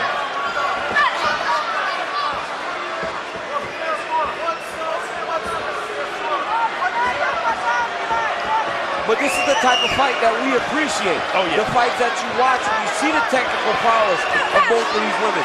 Well, especially someone like you, who knows what's happening here. You see the traps getting set by Valentina. You see Amanda trying to figure out the puzzle. You know, you're getting some moves, and I think that comes from people not truly understanding what they are watching. Plus, they're drunk. Yeah. They just want to see chaos. And right now what we're seeing is a technical chess match between two of the very best in the world. Shot from Nunes. First takedown attempt in the 5th round by Amanda Nunes. And she shot 6 times in the first meeting against just 1 for Shevchenko. Are they chanting, "Let's go Oilers"? I think so. I think they may be chanting, "Let's go Oilers." These crazy Canadians. Underhook here for Amanda Nunes in the clinch. Very smart by Amanda to change something. Change down to the double. She did really well in the grappling last time against Shevchenko. How strong she is. She had her hands locked there, weren't exactly sure what to do, and now she's exerting a lot of energy. Shevchenko needs to dig an underhook with her left arm to try to change his position, and Amanda gave it up. So we get some separation once again, just over 2 minutes to go in this 5th and final round. Good inside kick there by Valentina. I would not want to be a judge. No. For this fight in particular, this is a hard fight to score. Somebody's going to be very upset. Nice knee to the body by Valentina. Because both teams can feel like they've done enough to win this fight. Right. And those are the ones where you don't envy the judges when they see. Big mistake by Shevchenko. Huge Should mistake. not have tried that headlock. You don't need that. You don't need that at that time. Big mistake by Valentina Shevchenko. And now she's got a Brazilian Jiu-Jitsu black belt on her back. Nunes looking to Conan Silveira in her corner for direction. She can't just sit here. Taking her time. She cannot just sit She's here. got to pull her. She's got to pull her. She's, you know what's going on here? She's kind of trapped, but she doesn't want to give up that left hook. But Valentina's doing a good job of blocking that left hook with her left elbow. Amanda's got to, she's got to take some chances here, but she doesn't want to lose a position, and she did lose it. She lost it anyway. But she's going for the takedown now. Got her hands locked. Valentina's outstanding with this takedown defense. I mean, imagine her at 125 pounds. Oh, she's a beast here, yeah. Look at that. Great takedown defense by Valentina Shevchenko. And Amanda's look still going for at that. Wow, look at Amanda she gets Nunes it. Trying to put an exclamation point on this fight. And that might do it if she can get off some ground and pound here and do something with this position. Yeah. But she's got to advance. She's got to push her down more. But Valentina's got her shoulder and her back right up to the cage now. She's got to use the fence to get up. Great job by Nunes. Nice. Putting herself between the cage and her opponent. Nice straight right hands there off of her back by Shevchenko. But Nunes' decision to wrestle and go for takedowns here in the 5th could be absolutely enormous. She's covering her mouth. I would like to see her try to advance position, though. Yeah. If she's stuck here in the guard, Big John could easily stand. Well, there's only 10 seconds to 10 go. seconds left in the fight. That was a big statement by Amanda Nunes. Going and securing that takedown to finish the fight on top. And it's interesting because before that, Valentina was landing more shots. Oh, wow, they're still angry at each other. They had 25 minutes to fight. They had 25 minutes to fight. You want to fight once the bell's over? She kicked her off her. Still some bad blood. Amanda Nunes not happy. They need 10 rounds. A lot, well, they've fought 8 so far. see Amanda Nunes coming over to the broadcast table saying, what are they going to say right now? I just went 5 hard rounds. She had a point to prove, Joe, when it comes to the finish. And she, she worked hard on that cardio. We talked about that. Her time at American Top Team, they really kind of re-engineered her as a fighter. She did go 5 hard rounds. Here's the question, though. Was that 5 hard rounds and the takedown in the 5th, is that enough? I mean, it's just those middle rounds. Yeah. I feel comfortable saying she won 5 and Valentina won 4. But I mean, those first 3 were very competitive. Yeah. All right, a quick look back. This fight replay is brought to you by Bud Light Living. Now, this is the finger injury. Keep an eye on there. See it right there? And Valentina immediately grabs her finger. And she tries to adjust it like it was dislocated. And then you see her back in the corner. And they're touching it and they pull it. So it was probably just dislocated. And then you see that beautiful counter right hook. And here, moving her head off the center line. Boom! Left hand. Right hand behind it. You saw it a lot. Shevchenko just barely moving out of the way of a lot of Amanda's strikes. And there's a nice knee to the body part. And then the left hand here. It was just Shevchenko throwing more. Yes. She just was a little more active in the exchanges. And there was the big mistake. Big mistake trying these headlocks. Because when you try headlocks, you give up your back. Yeah. And then Amanda working very hard to finish the fight on top. And here's the fight over. And she's yelling at her. And Valentina's kicking her off. Angry women. It's a great rivalry. This Amanda goes, stop! Afterwards, he gets up and says, well, get up. Let's go some more. A nice display of sportswomanship, if we're going superwoman punch, right? Between Amanda Nunes and Valentina Shevchenko. At least in terms of the numbers, if you're a stats person, Shevchenko did outland Nunes in terms of the total strikes, 104 to 85. Significant strikes, 83-76 for Shevchenko. All of those numbers unofficial. The official decision brought to you by Metro PCS, who brings you closer than ever to the UFC on a fast nationwide 4G LTE network. One final time tonight, we turn it over to the veteran voice of the Octagon, Bruce Buffer, who is awaiting the decision. It looks as though Buffer came into the Octagon and then left. So they are double checking the scorecards here as we await the decision. Valentina Shevchenko trying to become a first-time UFC champion. Amanda Nunes hoping to successfully defend the belt for a second time. Looks like the Buff has the requisite paperwork. He wanted to recheck the calculation. Now we turn it over to Bruce Buffer with that official decision. Ladies and gentlemen, after 5 rounds, we go to the judges' scorecards for decision. Tony Weeks scores the contest 48-47, Shevchenko. Sal Diamano scores the contest 48-47, Nunes. And David Therese scores the contest 48-47 for the winner by split decision, and still the undisputed UFC bantamweight champion of the world, Amanda the Lioness Nunes.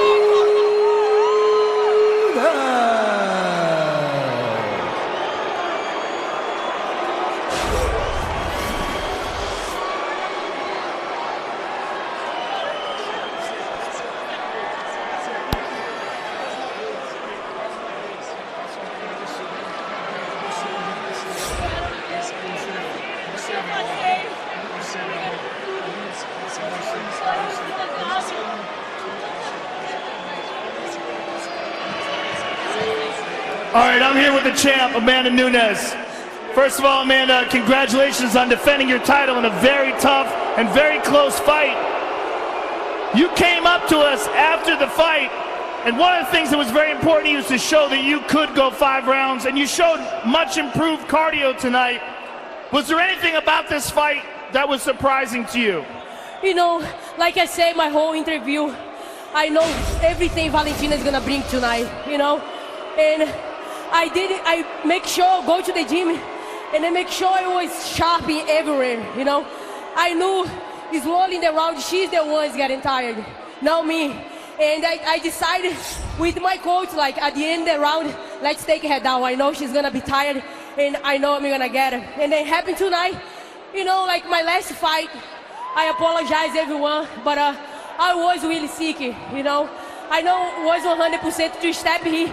He put it to show for everybody. And then me and my coach decided I not supposed to fight that night. And I got back, went to a specialist, gave my CAT scan to the specialist, and he looked at me like, wow, you have to put your work in this thing. If you know it's gonna bother you your whole career. And we started treat, and he gave it to me like antibiotic, everything. And then I'm here 100% tonight for you guys. Thank you so much, everyone here tonight. Thank you. The takedown in the 5th round was huge, especially considering the fact that this was a split decision. When the scorecards were read and you found out it was a split decision, were you at all concerned? I'm not concerned anything. I know in the last round I'm gonna go to the takedown, and I did, and then take the round for me.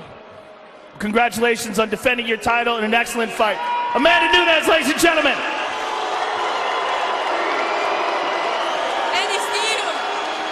All right, I'm here with the challenger, Valentina. Valentina, you're shaking your head. This is obviously a very close fight. A lot of people here feel that you should have gotten the decision, obviously. Give me your thoughts on the fight. I really don't understand why the victory go to the other side. For 2 takedowns, for all 5 rounds, she didn't hit no one time, not one punch, nothing significant. Look at her face. Her nose is rose. Her nose is red from my punches. And why she's still, I really don't understand. Even when I was on the ground, I hit very hard from the back position, from the ground position. And I really don't understand why. Did you think that the fight was close at all? And when they were reading it, that it was a split decision, were you concerned? I think that she didn't win this fight. She didn't win this fight. No one punch, just like these kicks. Is it hard kicks like this? I hit hard. I hit hard. This is the reason why I hit hard. But this one, it's not kicks. Valentina, you guys had a very close first fight, obviously a very close second fight. Do you think that you guys will do this again? I definitely will win this next fight. I want this fight. And I totally disagree why this decision go to the other side. I disagree. Thank you very much for an excellent performance. Valentina Shevchenko, ladies and gentlemen. An absolutely livid Valentina Shevchenko with Joe Rogan. Those post-fight interviews brought to you by Kingsman, the Golden Circle. From 20th Century Fox, the Kingsmen are back in Kingsman, the Golden Circle. Experience it in theaters and in IMAX on September 22nd. DC, we're calling the fight. We're not scoring the fight. Your thoughts on the 5th round, the fight, the decision, and everything else? I thought Amanda Nunes secured the fight with those takedowns in round 5.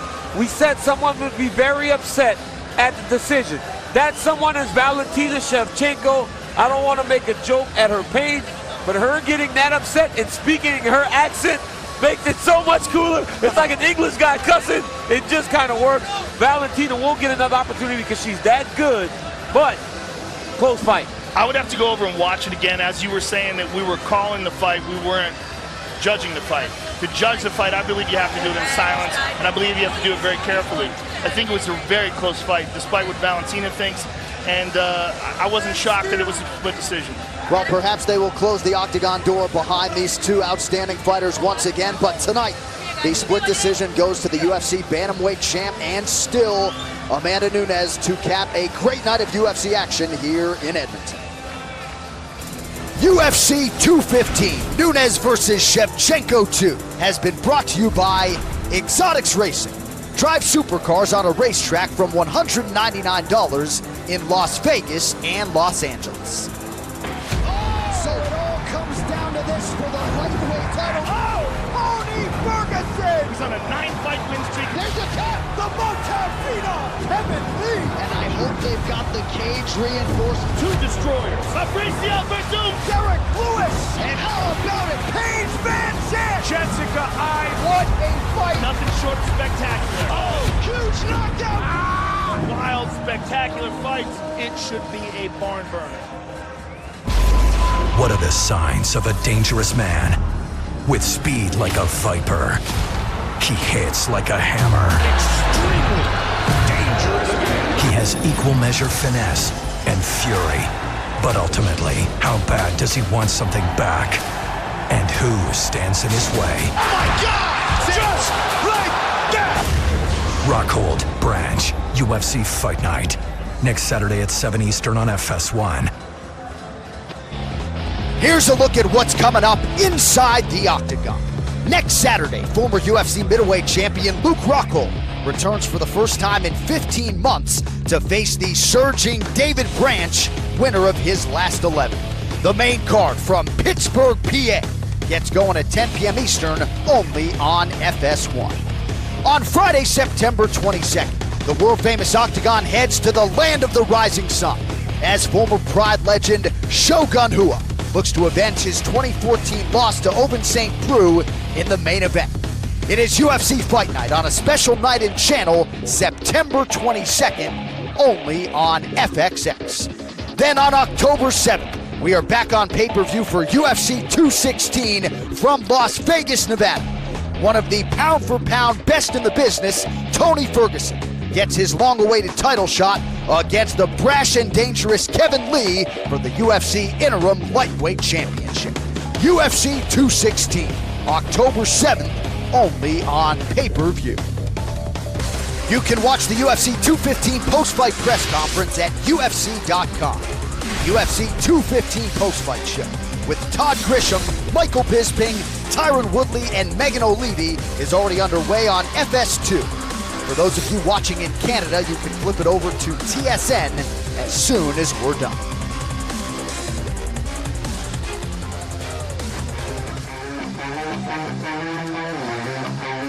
The executive producers of the Ultimate Fighting Championship, UFC President Dana White, Ari Emanuel, and Patrick Weitzel. Our executive VP of Operations and Production is Greg Borsari. Coordinating producer is Zach Candido. Tonight's show has been produced by Bruce Connell and directed by Anthony Pasquale Giordano. First trip to Edmonton, you've got to deem it a success. Big night for Ilir Latifi as he bounces Tyson Pedro from the ranks of the unbeaten. That set the stage for Henry Cejudo. And what a performance by the former #1 contender as he gets the first stoppage victory of his UFC career. Perhaps a title shot is in the not-too-distant future for the Olympic gold medalist. Rafael dos Anjos all the rage right now at 170 pounds. He submits Neil Magny to stamp himself a UFC welterweight contender. And then it was time for the UFC Women's Bantamweight Championship fight. A rematch between Valentina Shevchenko and Amanda Nunes. Both fighters had their moments, but in the end, the UFC title belt is going back to South Florida and American Top Team with the Lioness. With that, for Joe Rogan, Daniel Cormier, and our entire UFC crew, John Anik saying so long from Edmonton, Alberta. We will see you next month in Las Vegas for UFC 216. Good night.